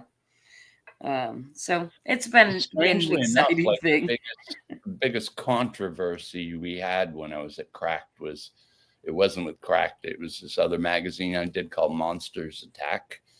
And apparently a parent was very unhappy that their child had this monster magazine and, you know, wanted to get the authorities involved in Canada, because as it turns out, Canada still to this day has like anti-horror and crime comic laws. Oh, really? From the 50s, yeah. So they could pull that out anytime if they wanted, you know, and I'm surprised they don't with like undergrounds and junk like that, you know. So you telling me all my Canadian friends are breaking the law? Yep, breaking the law. Breaking the law, breaking the law. And yes, I do have some Canadian friends that make horror, not horror comics. Yeah. On that note, you guys, I am gonna eat, but I'm gonna be listening. Uh-oh. So we can't talk about you.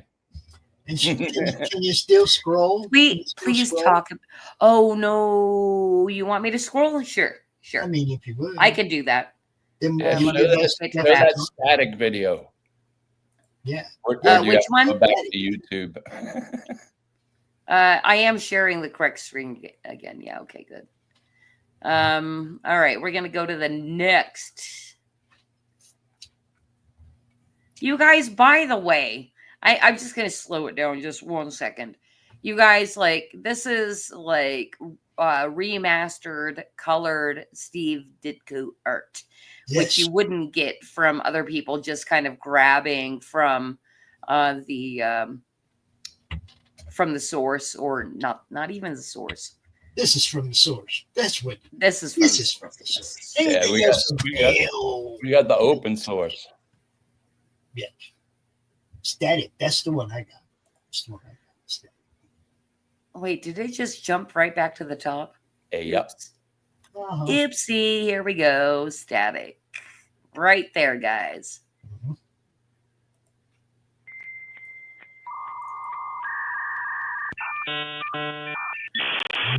I should go back to YouTube again. Dope. All right, guys. I was wondering how long we could keep her from eating. You see how this I know. And like my tummy's rumbling. I'm gonna stop. I'm gonna stop this screen and put the new screen. Like, you're putting me through the paces, Pops. This one is for you, Mort. Do you like Ford Fairlane comic strips? I just know the one series that like DC did when the movie came out. Wasn't that the one with was that comedian? You know, that would always be swearing. Yeah, one of them comedians that was always swearing. Yeah, but he did that movie called Ford Fairlane. Yeah. Wrong video. I know. I don't. I don't find it.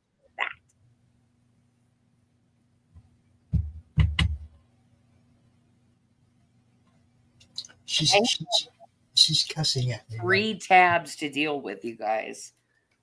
Only? Yeah. I know. I got 1, 2, 3, 4, 5, 8. I think I got the right one. That was the right one. Yep. All right. Here we go. Blow it up. Remember that sound from your childhood? I do. Yes, I do.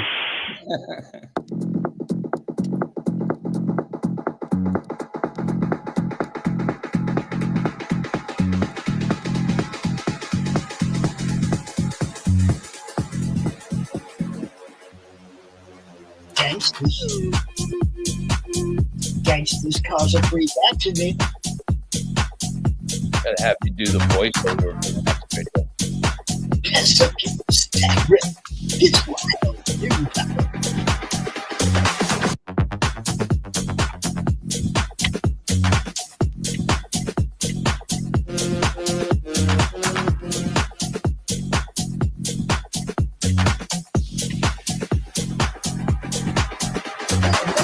DITKO'S Spider-Man.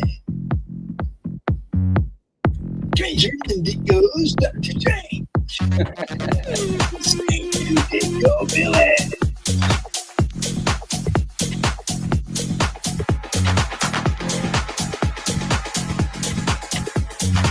Good status must be so close. It's always the chick.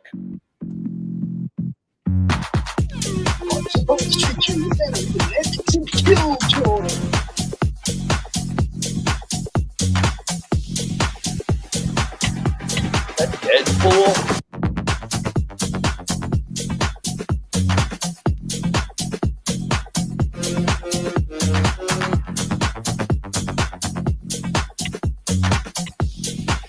Damn, I colored a lot of drawings.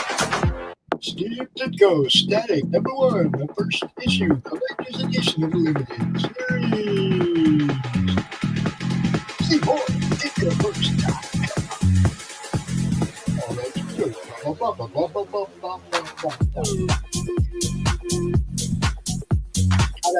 how'd I do? Very good. Your Yeah. regular, I can't think of any modern day announcers. I was going to say Gary Owen or something.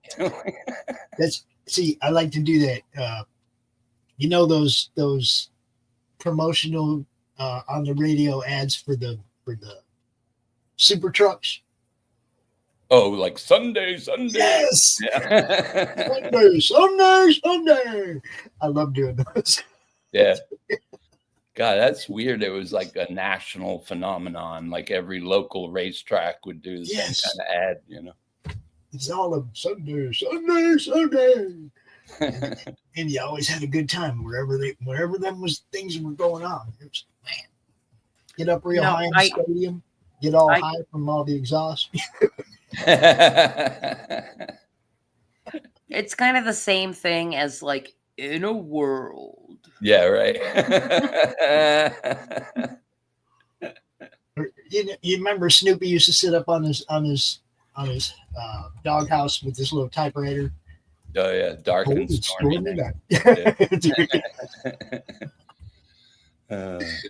Pretty versatile doghouse.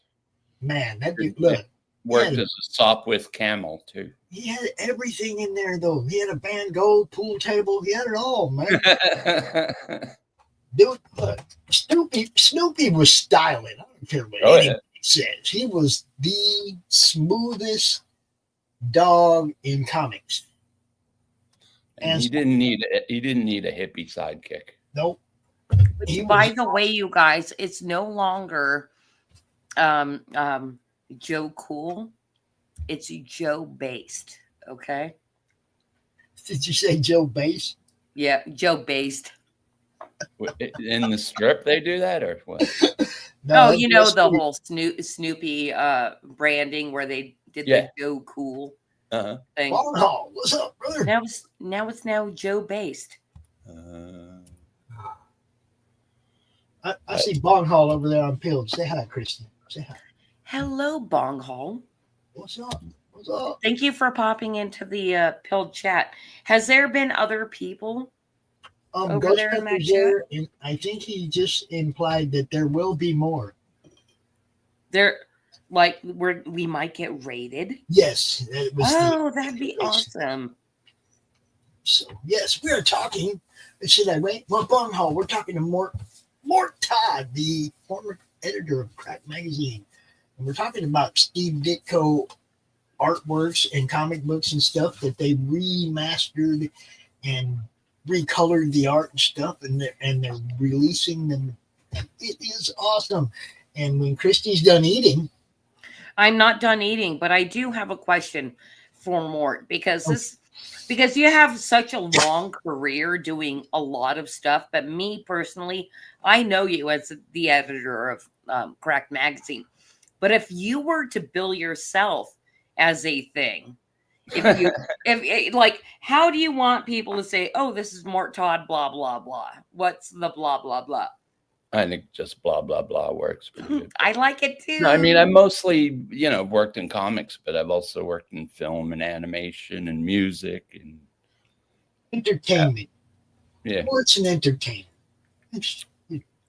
Yeah. And one of the OG punk rockers. Like that's something I learned tonight, that I'm like, oh, he's so cool. Like, beyond the smoking jacket. Oh, well, that really was like, he's so cool. But I was like, yeah, that guy. Wait. When I first moved to New York, there's this gal called me Mod Mike, because I had like super tight corduroy orange pegged, and beetle boots and shit. So she was like, Mod Mike. But why Mike? It might be my real name.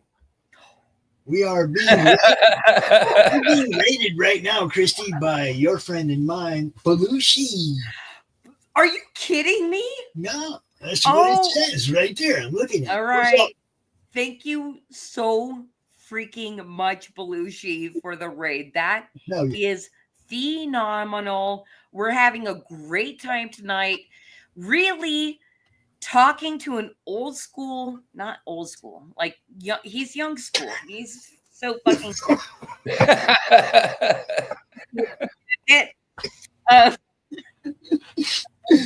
Like, over on Pilled. Oh, you guys, over on Pilled. You guys care about like parallel culture, parallel this and that. Like, this is where that shit is happening. Is Madness Comic Network. Like, look, gotta say thank you. You don't even know what you're watching right now. You don't. A good number of you people don't know who Mort Todd is. He's a fucking legend. I just have to say that. Right. He's a legend. Okay. We have him here live over on Pilled and all the other streaming platforms, which, by the way, if you haven't already, like, share, subscribe. It is important for the algorithm.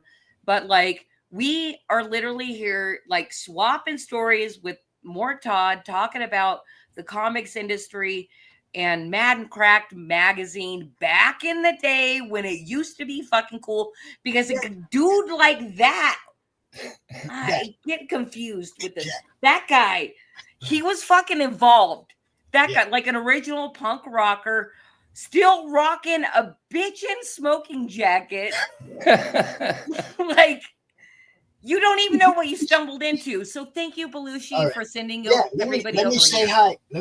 It's we got Easy Does It and Belushi and Ghost Pepper, of course, and Purple Pumpkin, WS Hawks Fan 80, Tone Low, Uncensorable Abe, Wild Irish Rose, what's up?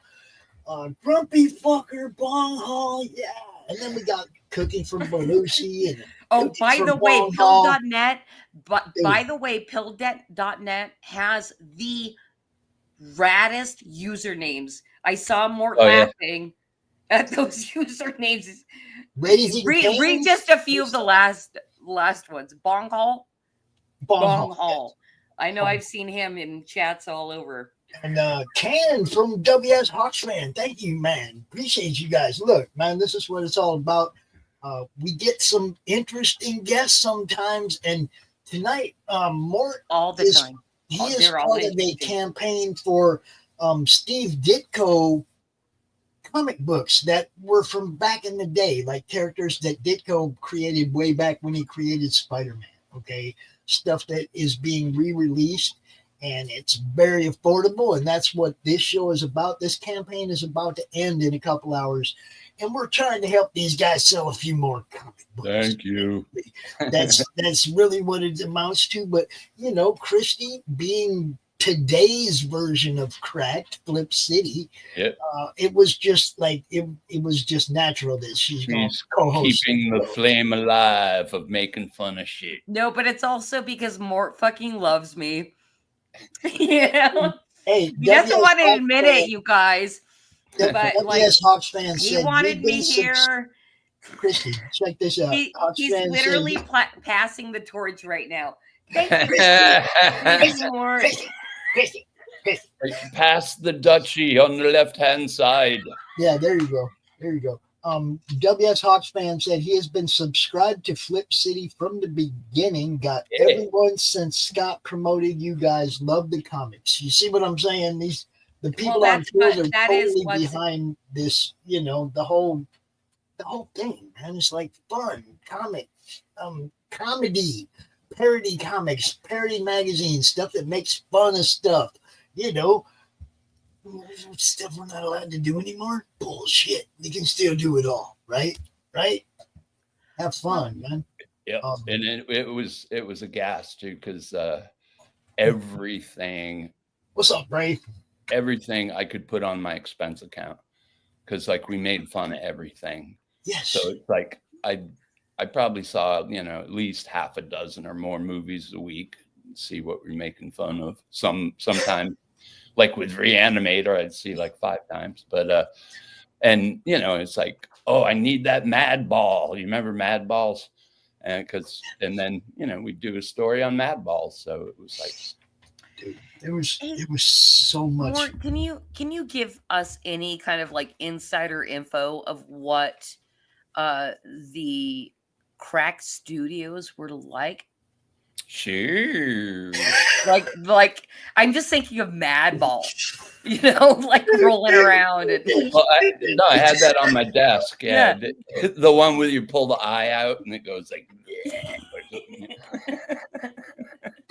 No, I had tons of toys, like a fucking 2-foot tall Godzilla and all kinds of weird ass shit in there. But it was funny because. My office was on 45th and 5th, which is, right in the middle of Manhattan. Yeah. And my office used to be John D. Rockefeller's office. Like, so I was pissing in the same toilet that he had and all that. That in itself, dude. No, that's how you go out. Mort Todd, the guy who took over for Rockefeller. And like, talking about being a punk rocker, I would, depending on the day, I would either come dressed like a bum, ripped jeans and t-shirt. And a lot of times I'd come to work wearing a suit and tie and stuff, it was fun.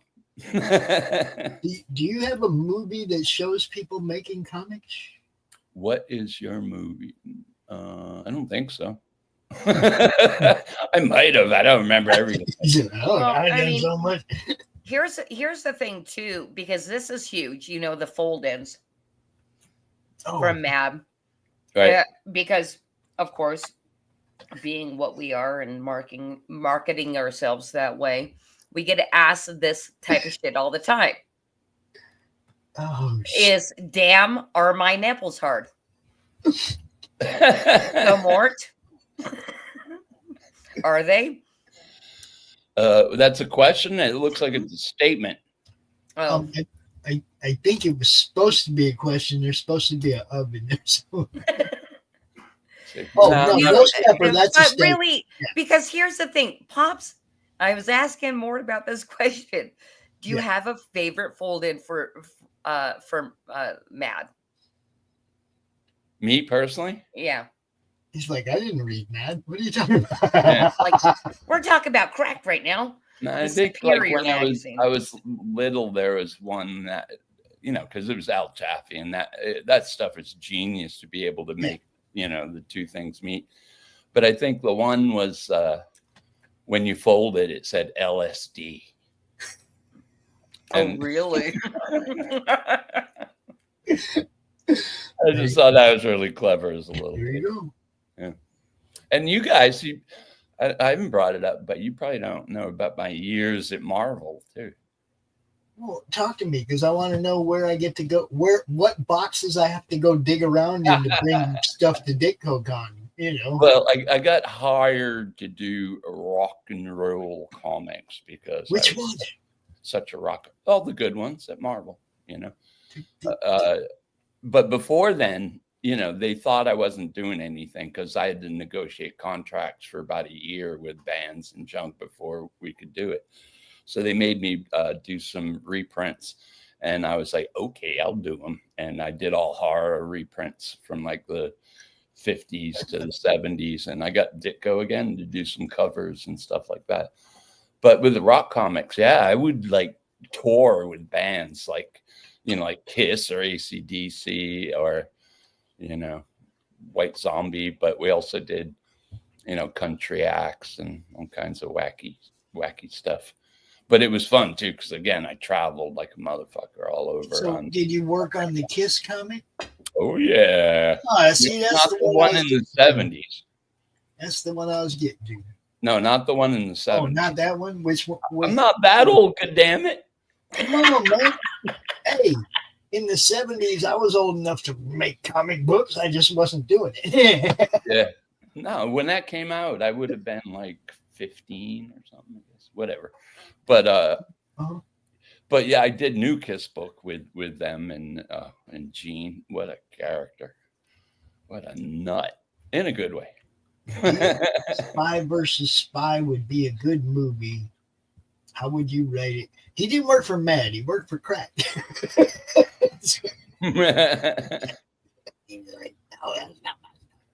Oh, Serial Mom. That was I don't know why you brought up Serial Mom, but I had a girlfriend at the time played the daughter in Serial Mom. Oh, really? Yeah. I don't know how old that. When did that come out? Probably like 92, early 90s. Yeah. All right. It was about a psycho mom. Oh, that was John Waters, wasn't it?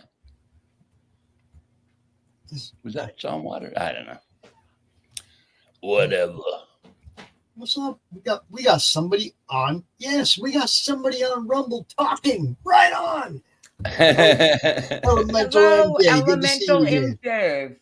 Yeah, it's good to see you again, man. You're the only person that ever comments on Rumble, man. I'm just letting you know. We appreciate you, bro. I have a show that gets 200 views. One person will comment. You know, it's crazy. Rumble is the weirdest platform we stream to. You know, I'm not. I'm curious as to how Rumble tracks views and all that kind of stuff, but Rumble is a very like social media style streaming thing. Like if you're not like basically dedicated to Rumble and like I'm a Rumble streamer, the chat is not going to really interact. That's how I feel Rumble is. Well, we got like 5 people watching over there, and again, only the one guy, our friend Elemental MJ, or man, you better be a dude. I'm gonna feel stupid. Well, the photo kind of indicated dude, I think. Yeah, I'm hoping, you know. But hey, nowadays, you just don't know. You got, you got to dip your toe in the pool and make sure you're not making a mistake. It's crazy. Yeah, we got a bunch of people dropping stickers. Bowser's over there on. Hi, Cause. I said Bowser. I didn't say Cause. I don't know where Cause is. You didn't say Cause? No, I said Bowser. Sorry. Bowser. Like John Bauman Bowser from Sha-Na-Na. If I watch one of your videos, will it be weird? It can be weird. We got 69 people viewing right now. We can stop. No, I'm kidding. We need 60 doctors, and then we can stop. Come on, people, go check out this. I'm gonna drop the link again. It's been big. We'll do that. And do you have the screen shared, or are we going to go back to me? Well, Let's take a look-see at the campaign. You're still there, so you can. All right. I'm going to scroll back to the top, and Pop's going to add it to the stage. Whoa. All right. I did scroll back to the top. Oh, no. It was because we're on YouTube. Thank you. You're still on YouTube. Yep. It's just going to take me one moment, folks. How many beers? You don't have to be quiet. How many beers so far, Kristen? Me? Yeah. Well, I mean, 2. Okay. Just yeah, but not judging. But they're not. But they're not 12 ounces.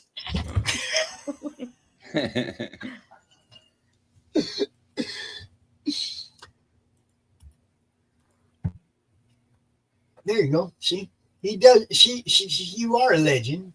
It's Oh, amazing. She's happy to see you here. True inspiration. Yeah, look. likewise. Thank Like you. I said, man, anybody who does parody, they do it because of you guys. You know, you and Don and those guys. It's because of you guys. You know, that's the reason people do it. Like Parody Press. You know Don Chin? Sure. Yeah, love Don Chin. Great dude, right? Well, I don't know him personally, but I know his books. Yeah. I've talked to him about a half a dozen or a dozen times. So, you know, we've talked to him quite a bit. I used to go in his chat all the time and win all the prizes. Well, I'd go there and I'd win a prize, and then I'd answer the rest of the questions correctly, but I'd only take one prize a show, right? But it was like every time I showed up, everybody like, oh, Pop's going to get this. Told Don, just send me once a month. You don't have to send me everything individually. Just send me once. Some really cool stuff, though. No, Don's awesome. Like what? What kind of? Parody Press did a parody of the Thor, the first Thor comic, right? And it's called Thor. And he's got golf clubs instead of Mona. Oh. And it is funny. As soon as I seen that it existed, I had to have it, right? You know, eBay. Who's got this thing, right? Went and found one right away. Had to have it. It's the funniest freaking book. Parody is like, you know, in comics, these are our comedians. Yep. You know? Did you must have like the brand Eck. Yes. Yeah, yes. Those are pretty good because you got like Kirby and Colin doing parodies of their own stuff, which was kind of neat. I have Don Martin books. I have all kinds of books. You know, because I just love that stuff. Yeah. It's all funny. Yeah, I don't know how I got all those books when I was a little broke kid, but yeah, I had basically all the paperbacks, all the Mad paperbacks, everything. Yeah. I gotta agree with Ghost Pepper. He said art and comedy is the way to save this shithole. Yeah. Scott. What's up, Hey, Scott? what's up, Pops? What's up, Mort? Howdy. Yeah. Hi, Mort. Is Mark here? No, Mark's not here tonight. Okay. But what I did want to do, because we have it up, you guys, and just for any newcomers to the stream, we are doing this stream because we're closing out the Steve Ditko's Amazing Heroes and Monsters campaign. And I did want to refresh it. And I'm really crossing fingers that we got at least one more backer. So I'm going to do that right now. You guys ready? Who wants to roll the drum? Do it. Do it, Scott. Roll the drum like this. Okay, that works too. That was like really not great. Thanks. Did I? All right, no more backers. But we're still here.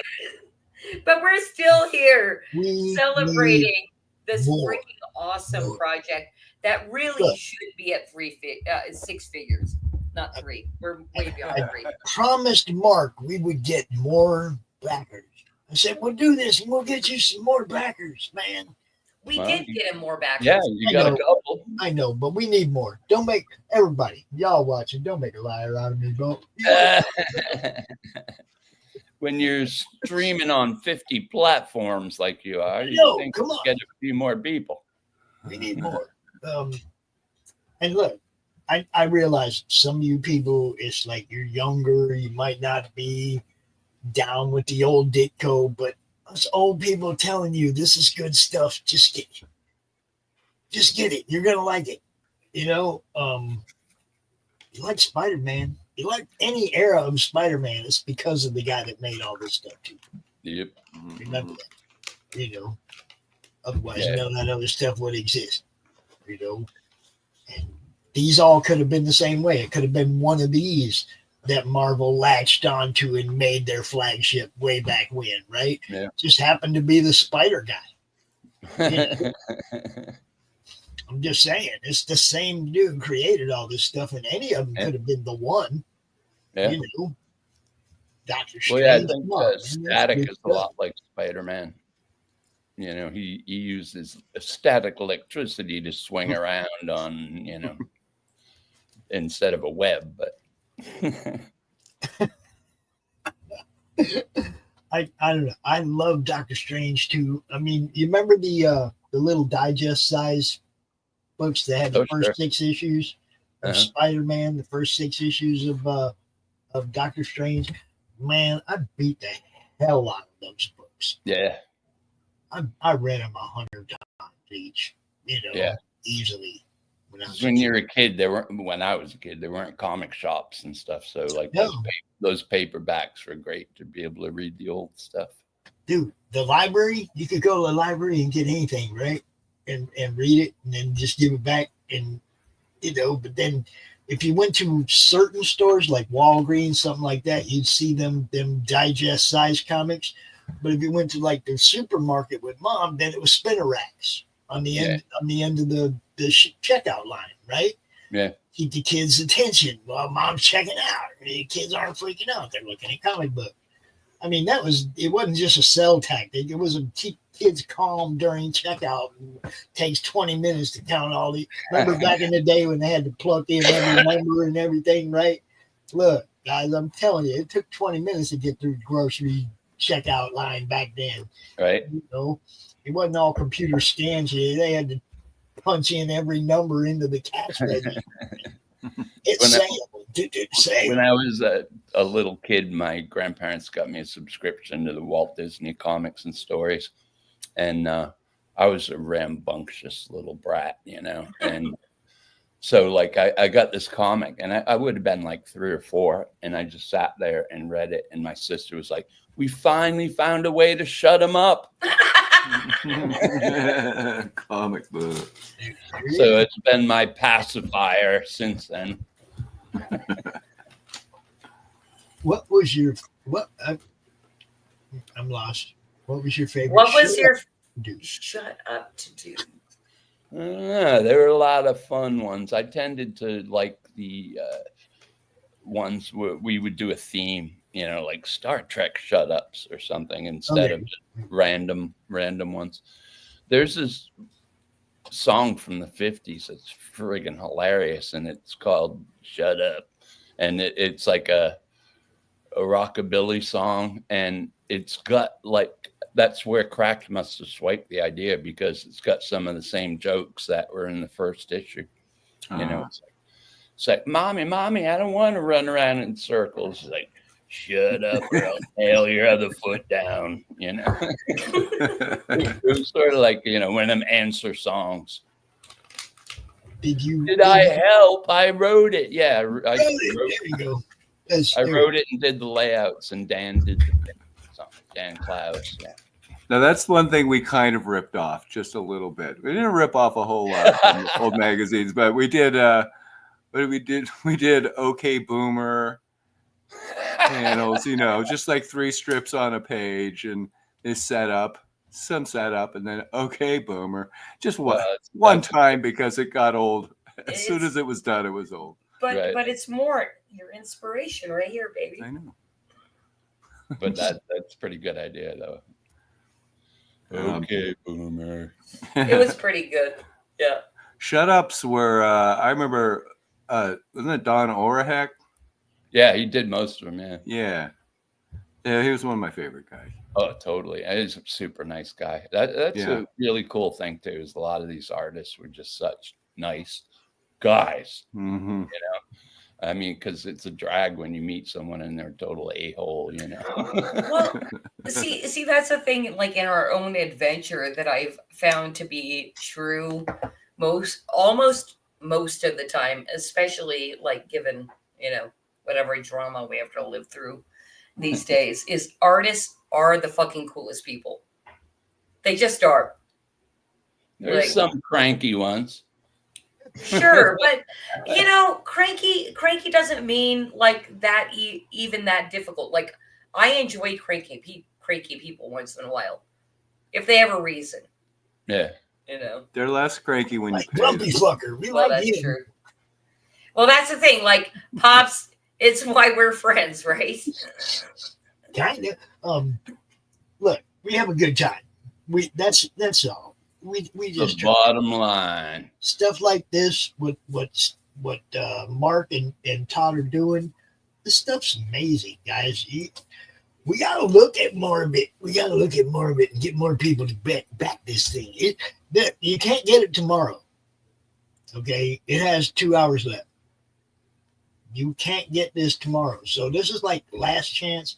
It's been up for everybody to buy for a month, right? Y'all could already got on board, but now time's running out. If you want one of these 4 books, or all 4, or 2 or 3 of these books, now's the time, guys.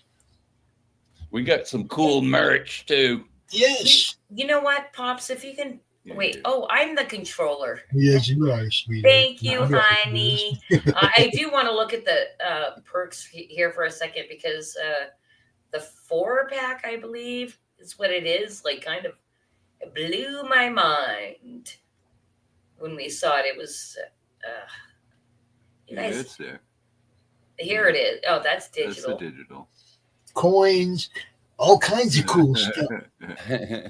Cool. And there's still one more title we haven't even touched on yet, Avenging World. Oh yeah. Yeah, that's Look at you guys, just this perk though. The 4 Steve Ditko print comics for $26. There you go. There you go. Like fully remastered, colored by the master himself. Was it a mistake? It was a typo. No, is there? No, he was being cool. He was being funny. Oh, y'all getting a great deal on that. We fucked that all up. I wouldn't be. That's some of my the art right there that I did at the last Ditko Con. I was just sitting at a table just doing nonstop drawings, and so I had excess by the time the con was over, and so trying to unload some of them. Hey, Mort, can you just tell us a little bit, because this stretch goal has been reached, The Secret Life of Steve Ditko? Yeah, that's Mark Ditko wrote it, and it's got a lot of family photos and just a lot of cool stuff about, the family side of Steve that no one knew about, because when I finally met the family at the con and stuff, it was weird because Steve definitely separated his New York life and his, and his life with the family in Pennsylvania. And they didn't know anything about New York, and we didn't know anything about Pennsylvania. So he kept it pretty separate. And considering how close they are together, that's kind of weird. What, the states? Yeah. I mean, look, we used to. I grew up in Minnesota, and all our whole atmosphere was about cracking jokes on people from Iowa and Wisconsin.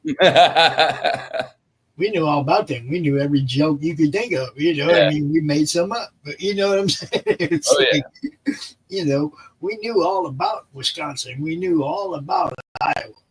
They were our neighboring states, right? Yeah, growing up, we had French Canadians to make fun of.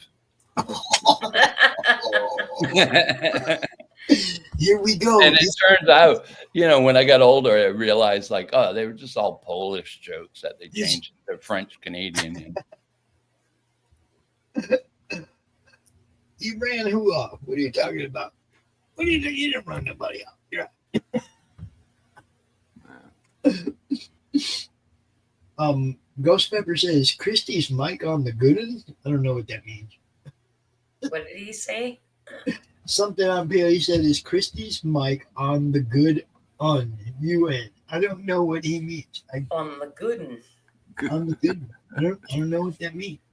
Well, you know what, you guys? I think it might be time because MORT, you made 4 different trailers for this, right? 4 different books. Yes. No, I didn't do one for Avenging World. Oh. Yeah, Okay, and we watched Static already. Yeah, that was like a last minute. Like we thought, no, let's do Avenging World because that's kind of considered. Well, Mark calls it the Ditko Bible because it basically has all his philosophy and his feelings about stuff, and it's hilarious. It's really funny because I got that book like in 5th grade when it came out, and back then you could only do through mail order. They didn't have comic shops and junk. But I remember reading it, and it's like something about the UN, and I'm like, what? Why is he attacking the UN? The UN's good, And then I grew up. Yeah. You're like, the state really has everybody's best interests in mind. Yeah. But so yeah, Steve influenced me way before I met him in junk, and it was like this book, Avenging World. It really, it just makes fun of the right people, Would you scroll down to that one, Christy? Because there's some pretty badass art, interior art underneath it. You're gonna have to I'm gonna scroll, and you guys tell me when to stop. You'll see it when you get to Avenging World. You'll see it. See, Fantastic Giants. Keep going. You're getting there. You're getting warmer. It's getting warmer. It's coming. There you go. There you go. Scroll up. Avenging World. Yeah. Look at that interior art. That's that black and white. That's fat. And it's a wraparound cover. Nice. And we also have a variant of that one too, with the character, the Avenging World. He's all beat up and look, guys, there's a bunch of cool stuff here, man. It's just this is like a little trip to the Wayback Machine. You get to go back to the 60s comics, the 60 comic field, and man, look at you. Well, and like I said, they're pretty damn prescient. Like this one, Avenging World was probably done, early mid 70s, and he just brings up stuff that is ripped from tomorrow's headlines and stuff, because it's just like it's all relevant, and it's more relevant now, I think, because people are awake. A lot of people have woken up since COVID and all kinds of garbage that look, trying to screw you over. I woke up to Big Pharma 15 years ago, and I'll tell you why. It's like I used to watch a lot of late night TV, and I started seeing commercials 20 years ago about, if you took this drug, get a hold of my lawyer because we'll get you $1 million, right? And I started thinking to myself, okay, this doesn't make a lot of sense. Why are people suing the medicine? And medicine is supposed to be good for us, right? Yep. Then I started paying attention. I started looking at side effects on simple over-the-counter medication, possible side effects. I was like, how come all this shit says possibly death on it? Exactly. Fuck, I'm not taking none of this shit. I don't even take aspirin anymore, bro. When I went to the hospital for surgery, every time they went to put something in me, I was like, wait a minute, what's that? I don't like it. I don't trust it. Can you even take the happy juice? They gave me 9 oxycodones when I left. I think I still have 5 of them in the drawer over here. I took them the first day. Hold on on us. Right? I only took them the first day after surgery, and then I didn't take nothing after that. I just smoke weed. That's my everything here. Smoke weed. Gosh, something sounds very familiar. Yeah. I don't take Write a any book on that, huh? pharmaceuticals either. Yeah, I don't like none of it. Give me some shrooms or some weed. I'm good.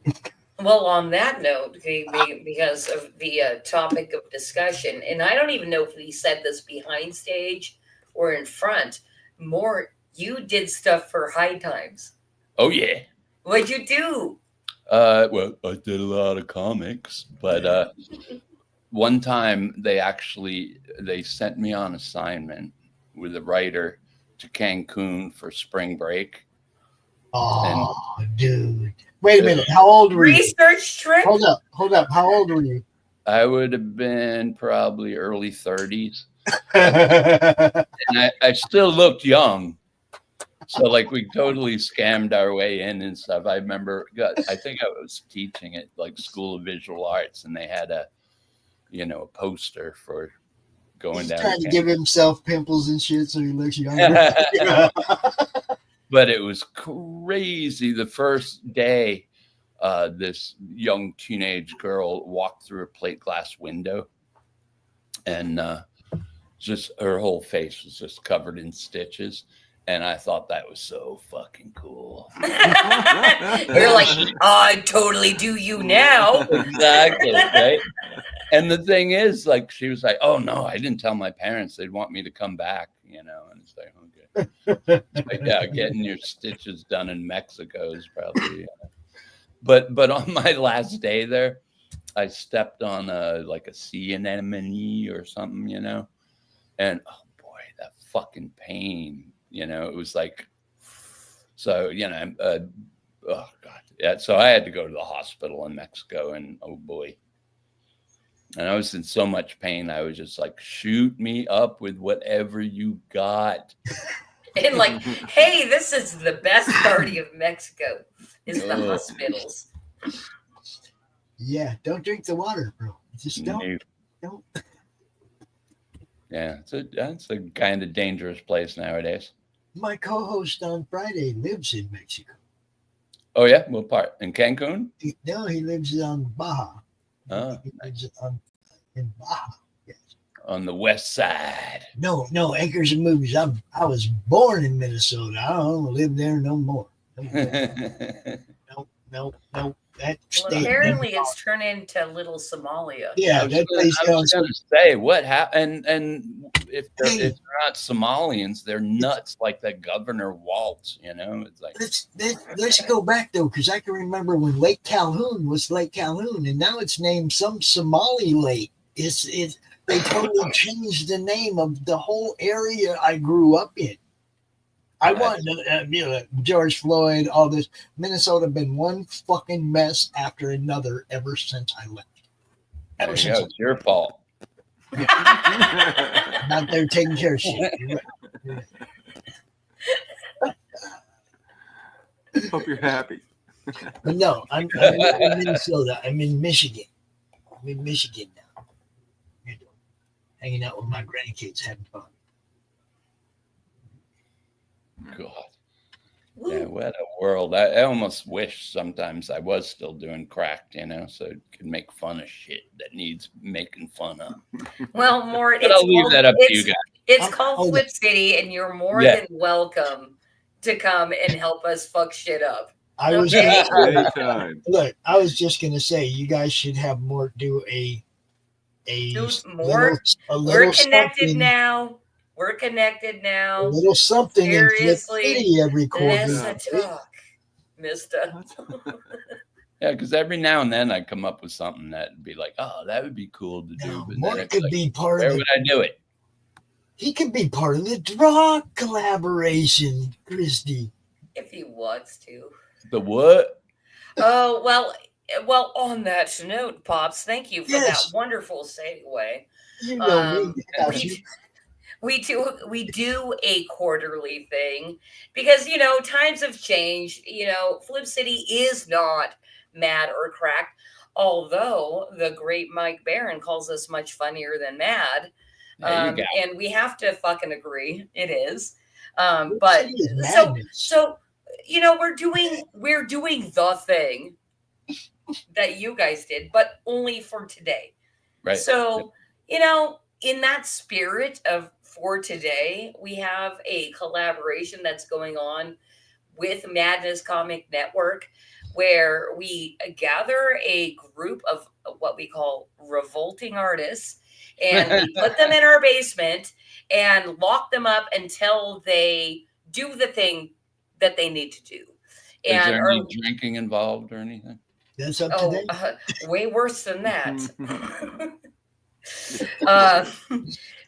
So this time, for them to earn their ticket out of the basement, they had to draw a reflection of a celebrity as their true essence.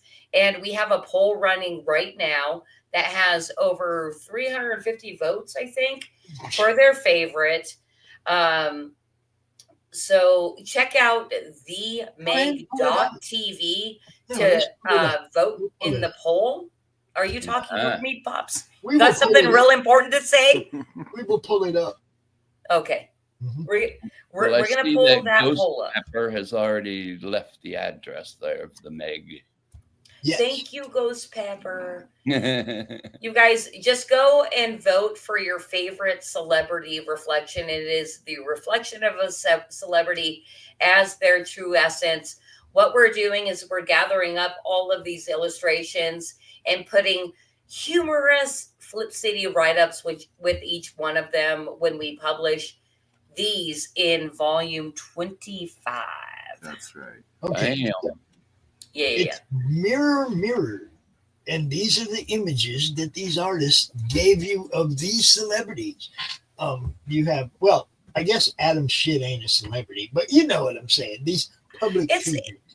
Yes, it's basically anybody that would be recognizable. Right.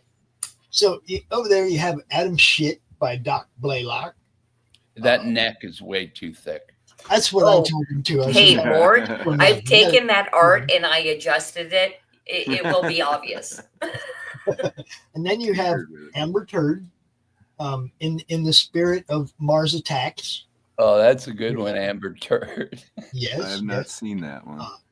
Levi Steen gave us Billy Gates. And Billy Gates, you have to study this one. This one has Easter egg after Easter egg. Oh, dude, that's a totally zoom-inable image, you guys. Which, by the way, I believe if you go over there, before you vote, you can right-click on the image and open it in a new tab to zoom in. Blow it up. Worth it.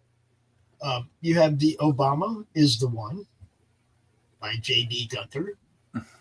MAGA Man by Jerry Hines. Brie Cut the Cheese Larson by Q. Our boy Q with 154 votes. And then with 152 votes, it's Diddy. With the oil, he's got the With oil the and oil, everything. guys. Baby oil. Have you seen the courtroom drawings of him? No. No, I haven't. He's all white. His hair and beard is pure white. Oh, well, you know, he used to have to color that shit. Oh, yeah. Jail, right? I don't think they sell coloring in jail. I don't think they sell. Well, I don't know. I'm just Dudes would be thinking turning that into stress. ink. No, dudes would be turning that into I'd ink. be a little stressed because what was it? He had like some celebrity cellmate. Was it Luigi? Oh, yeah. No. Has Mr. Ditko ever had a death threat? A what? A death threat? Yeah. I don't know. Mr. Ditko isn't here. We can't ask him. Yeah, I don't think so. I mean, Why would someone do that? Yeah, he was a pretty private person in the city and junk. So yeah, I don't think anyone gives a fuck. So go over there and vote. Pick your favorite. Vote for your favorite. That was a weird question, Bob.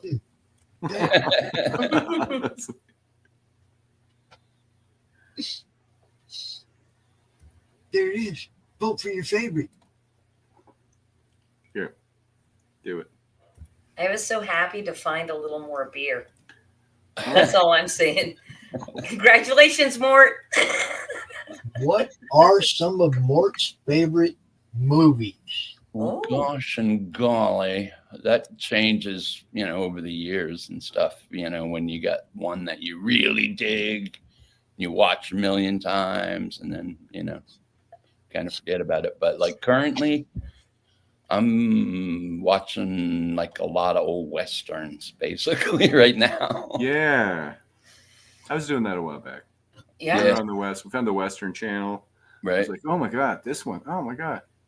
Yeah, like Gene Autry singing cowboy films and stuff like that. There's this one guy that what's he called? I can't even fucking remember. It's like my favorite thing been watching is the something kid, and he's all in black with a mask and stuff, and they made like about a dozen movies. The Cisco Kid? No, it was. I can't believe I can't think of it. Kid, there's so many kids, man. There was a million kids. Yeah, exactly. My thing, I got caught. Durango Kid. Okay. I got caught back. And he was sort of like a Western Spider-Man, because this motherfucker would always be climbing the sides of buildings and jumping off of roofs and everything. And I'm like, damn, another Zorro, right? Yeah. I got caught back up in the old spaghetti westerns, but not the Clint Eastwood ones, the Terrence Hill, Spencer ones, which are just hilarious. Man. Bud Spencer, really. Dude, I've been watching all that stuff. They also, they did like crime films. It's not crime, but yeah, like, they did a couple weird ones like that. One they were like pilots or something. Yeah. I see. I love those guys. They were a great team. Yeah. Great. And I'm a hyper big fan of Ennio Morricone. Did all the music for the Spaghettis. Right. Mm-hmm. Yeah. And likewise, he did a lot of like horror and crime and slasher movies and stuff, the music for him. So it wasn't just the biscotti westerns. Hey, you guys were East Coast. Did you get the Bowery Boys out there? Oh, yeah. Because we never got that. West Coast got the Stooges. We never got Bowery Boys at all. And that's like. And you have like Lemon Grove Kids or something like that. Well, I don't know. They had Little Rascals. I think everybody had that. Oh, that's weird. I don't know if Bowery was regional, but I think it kind of was. Yeah. I didn't hear about it until I was 30 or 40. Yeah, they got some horror elements in some of their films. Wow. Well, anyway. Well, I'm starting to lose it, guys. I'm getting pretty beat. Yeah.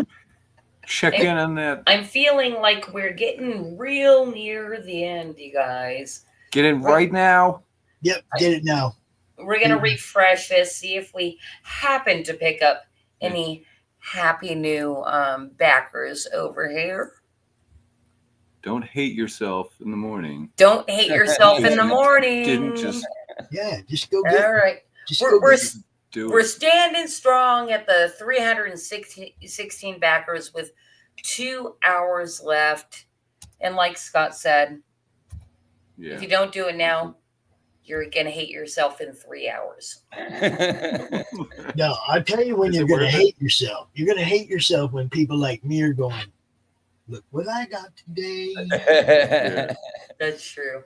You see, that's when you're going to go, oh, damn, I should have got on that. It's like we tried to tell you. We came out here and we gave you a couple more hours to entice you to come check out this stuff. And I realized. Ditko envy. I realized Steve Ditko it's going to be an old guy team. Okay. People, a lot of people aren't going to understand or know that much about Steve because they weren't told enough about Steve when he was the guy. Yeah. They really weren't. Everything was about Stan. It was about the guy in charge always, right? Whoever was in charge, that's who it was about with Marvel.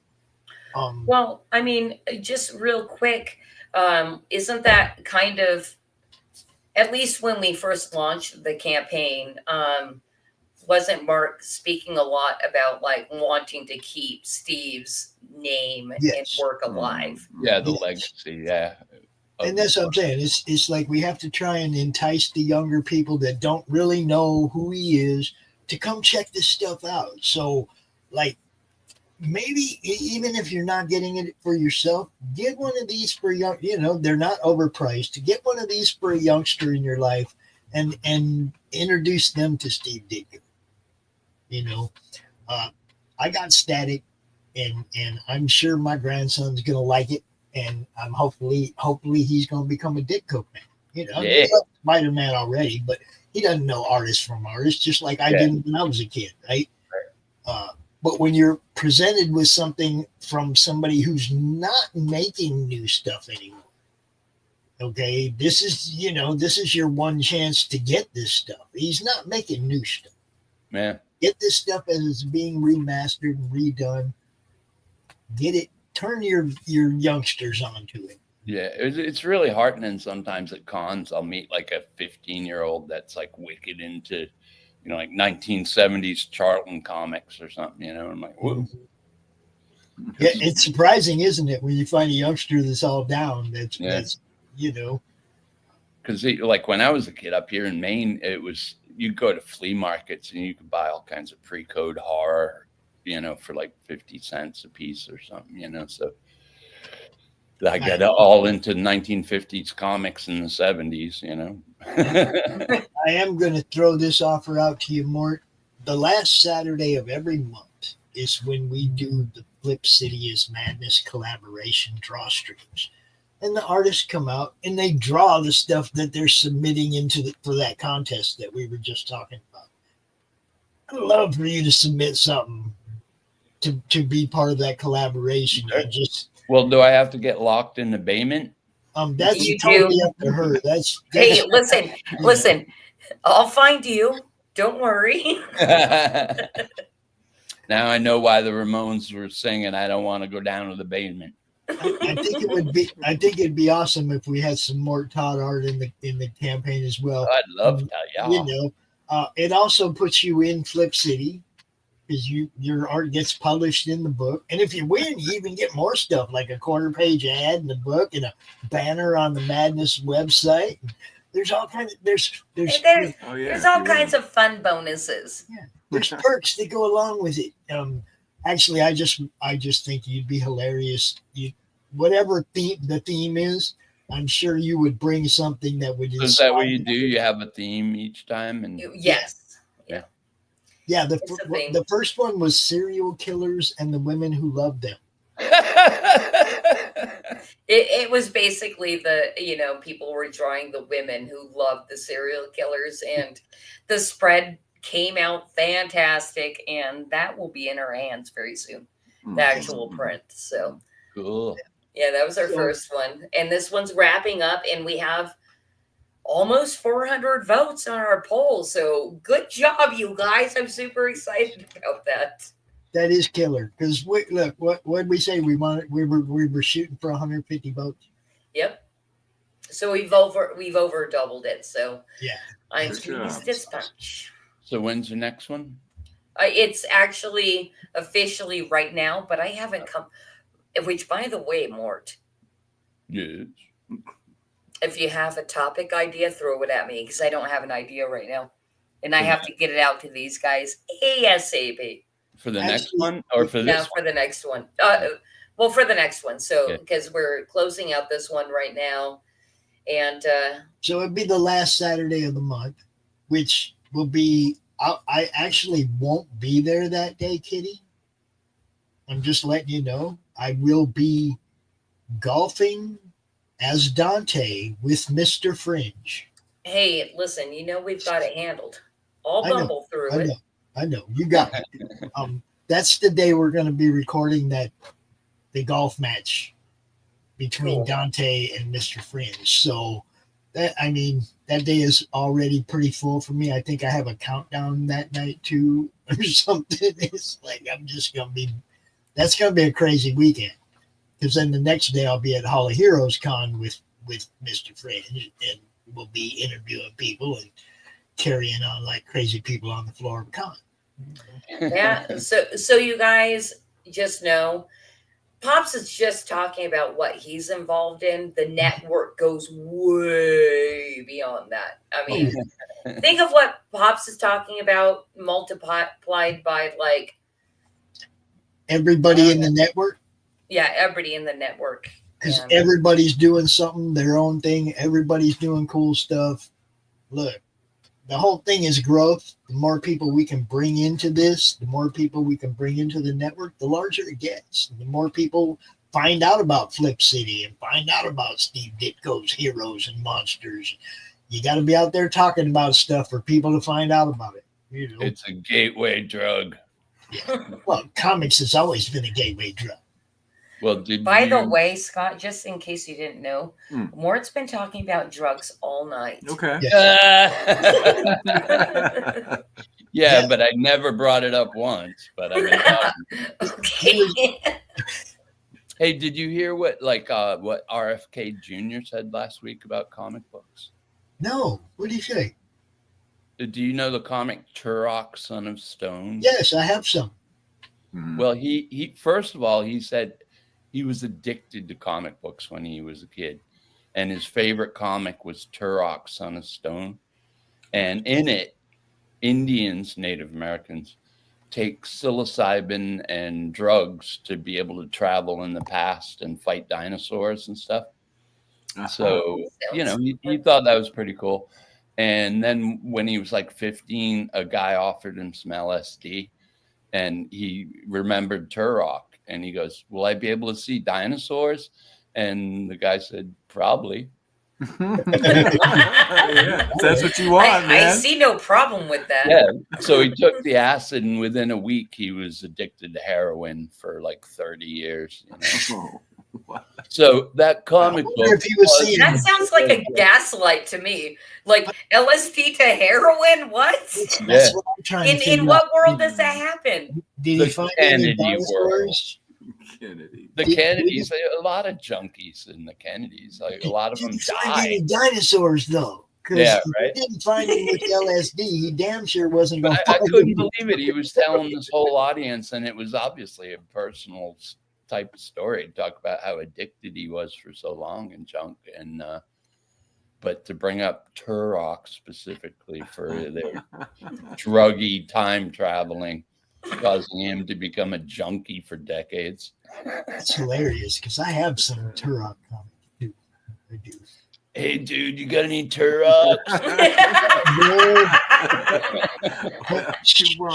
Hey, keep it down, bro. Keep it down. You tell the whole world, man. It's Turok, Son of Stoned. You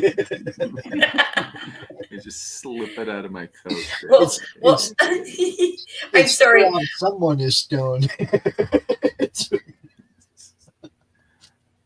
On that note, I know Mort wants to get to bed. Should we close the stream out? Yes, you may.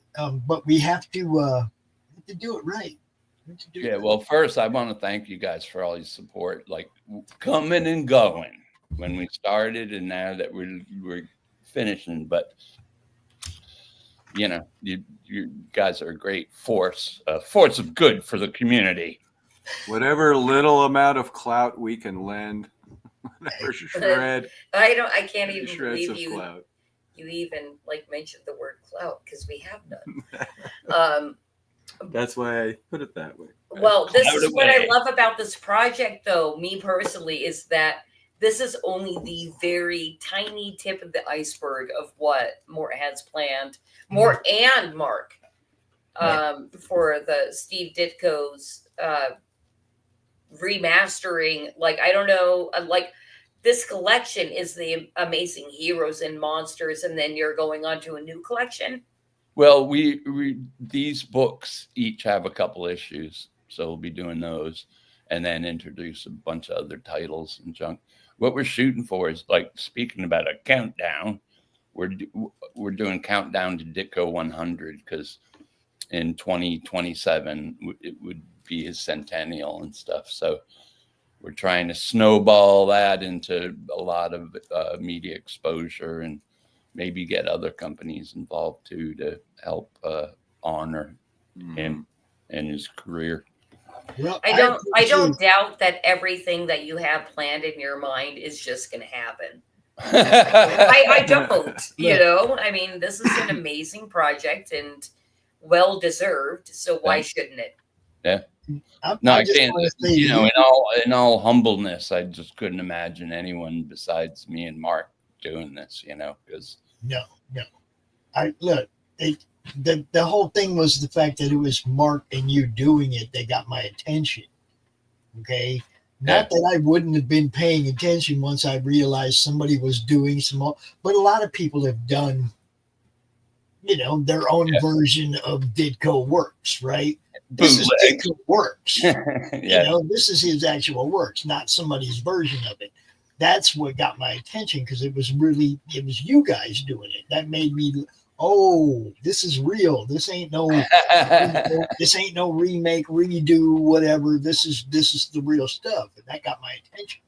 And then, no, I mean, I love Steve's work so much when I was a kid, and to get to work with him was obviously a thrill. When I interviewed you guys, and you know the whole idea of coming to DITKO'S and broadcasting there, and you guys were totally receptive to the idea.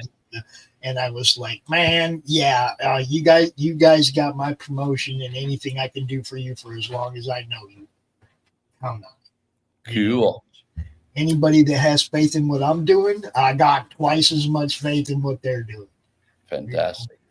Kitty knows. I love what they're doing too. You know, I mean, from the day I met them, it's like I've been all about Flip City and wanting to help people get collaborations with them and outside of, you know, just everywhere, right? Yeah. It's. I'd love to be involved in your next drawing. Oh yeah, we'll definitely. I won't be there, but Kitty will make sure you are. So what do you do? Are you like simulcast while people are drawing, or yes? It's in one place, but basically what we're doing, put a different studio set up for showing people drawing and all that kind of stuff. So it's very fun. A lot of people show up regularly, and if you showed up and live drew, I'd be so fucking over the moon. And I think you'd like it, all the other people that hang out. Yeah, I'm sure. And we'll be simulcast to all the places just like it is right now. You know, I mean, we'll put it out everywhere. We always do. And the object is to try and bring more artists into the contest. Right. The more art, the more people that get published in the book, the more people's stuff gets seen. And it shows not just your talent for drawing, but can you be funny? Can you make me laugh? Make me giggle? It is a challenge in itself. Hey, Pops, would you? I have an idea.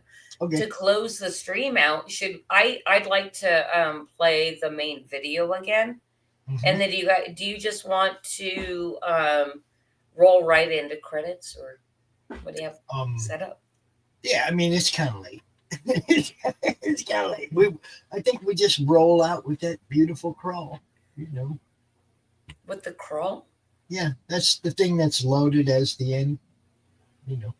Well, then can I play the main trailer first? You can play whatever you want. And on that note, thank you so much, Mort, for hanging out with us tonight. I'm going to see you tomorrow morning on Coffee Shop with Doc. Right.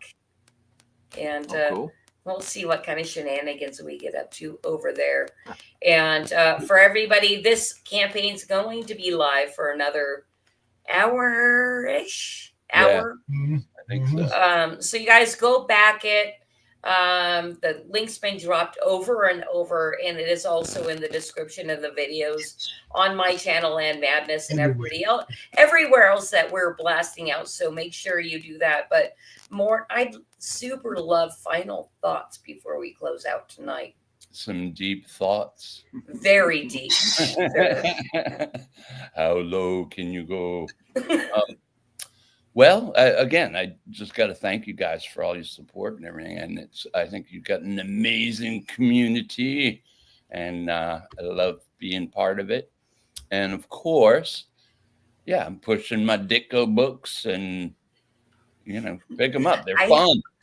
I heard I'm pushing my dick, and then I got very offended. Okay. My husband's right here, Mort. Scott, how could you? I think you're going to have to go handle that in a minute. Okay. I'm on it. I'm ADD, you guys. Mort. Well, I got a big folder full of old photos of Steve, and the folder's called DITKO'S. Well, you know what's funny is in my own high school not yearbook, but my photo album that I put together, I was in the sax line in high school, but our parents did allow us to have co-ed sleepovers because we were such nerds. Like, seriously, my parents were like, you guys are such fucking nerds, you can't have co-ed sleepovers. And literally hardly anything happened. We literally just had fun. But in my photo album I put sax party, but crossed out sax and put sex. Ooh, what a rebel. I was. You didn't get bounced for that? I'm kind of surprised I didn't. Hey, actually, what might have been a harbinger of my fate, like in, I think it was probably 9th grade or something, I put out a fake bulletin in my school because they would pass out bulletins every day, and I had my own mimeograph machine. That's what a geek I was, right? So I did a fake flyer, a morning bulletin sort of thing that started out normal, but then it was like, for everyone who ordered their kilos, you can go to the principal's office. And then it just got worse and worse, and I actually got suspended for that. It was on April Fool's too, and it was worth it. Yeah, totally. You guys, where's this sense of humor? I was all burned up. Like, I'm going to take this to the ACLU and all that. Now, see, Mort, I think I've tried at least 3 times closing this stream down, but you just keep coming up with better and better stories. Yeah. Well, maybe we ought to have a 5-hour one next time. No, I'm literally doing it for you because you're like, I need to go to bed. Yeah, me too. Mort, it's always great talking to you, brother. Likewise, it ain't going to be the last time. I can't wait till September. I can't wait to meet you. We're going to have a blast. We'll have a blast, all right. And we're going to tear up Johnstown, Pennsylvania. They hadn't seen anything like that since the flood in 1927. I'm like, yes, absolute party town, Johnstown. Anything else in Johnstown? I'm going to play this. Are we ready to go? And also, thanks to the people on the chat and everything, and the 2 people who backed us. Woo! Yeah. Yes. Every little bit helps. Send us some dit pics.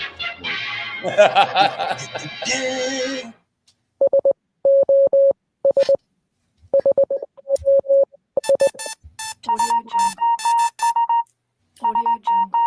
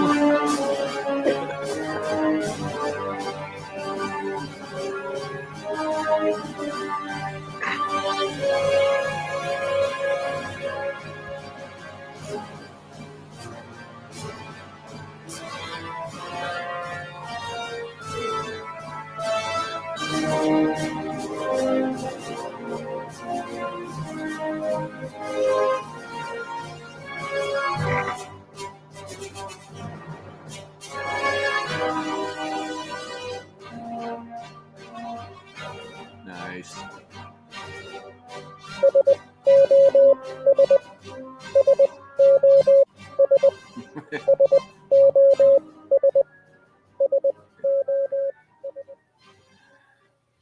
Yeah, it's good. Well, which are you, good or evil? Little column A, little column B. Somewhere between heaven and hell.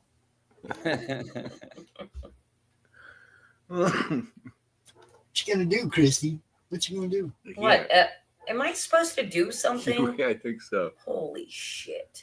Guys, okay, media assets. What am I showing? No. Up there in the corner where it says end stream. Oh, I thought you said you were running some no, we're not ending the stream. We're gonna run a few ads because because that is okay. You're in charge. No, I'm not. Yes, you are. I'm not. All right, I'm not. Okay, night, everybody. Have a good night. Good night. Thanks for having me. Peace, everybody.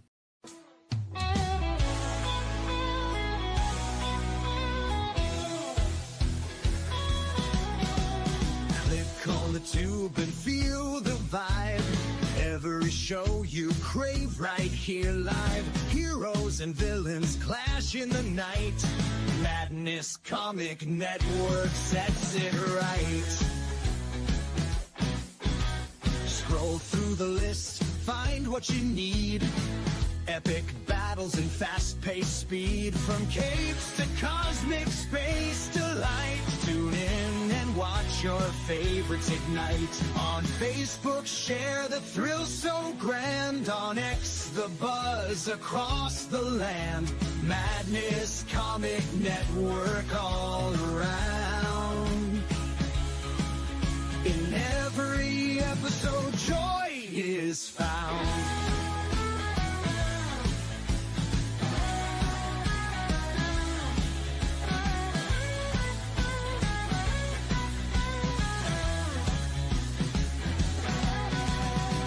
Uploads, they never end. Superheroes and their friends catch every twist and every turn. Madness Comic, you will yearn. Stay up to date with every twist. Madness Comic, don't miss a gist. From laughter to tears, every mood. Madness Comic sets the groove. Click that button and subscribe. Catch the wave and ride the tide. Join the fun, join the craze. Madness Comic brightens days. Hey!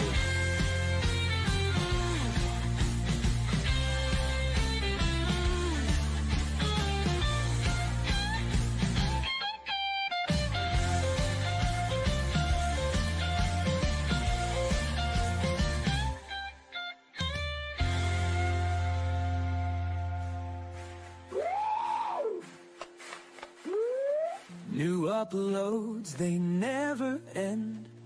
Superheroes and their friends catch every twist and every turn.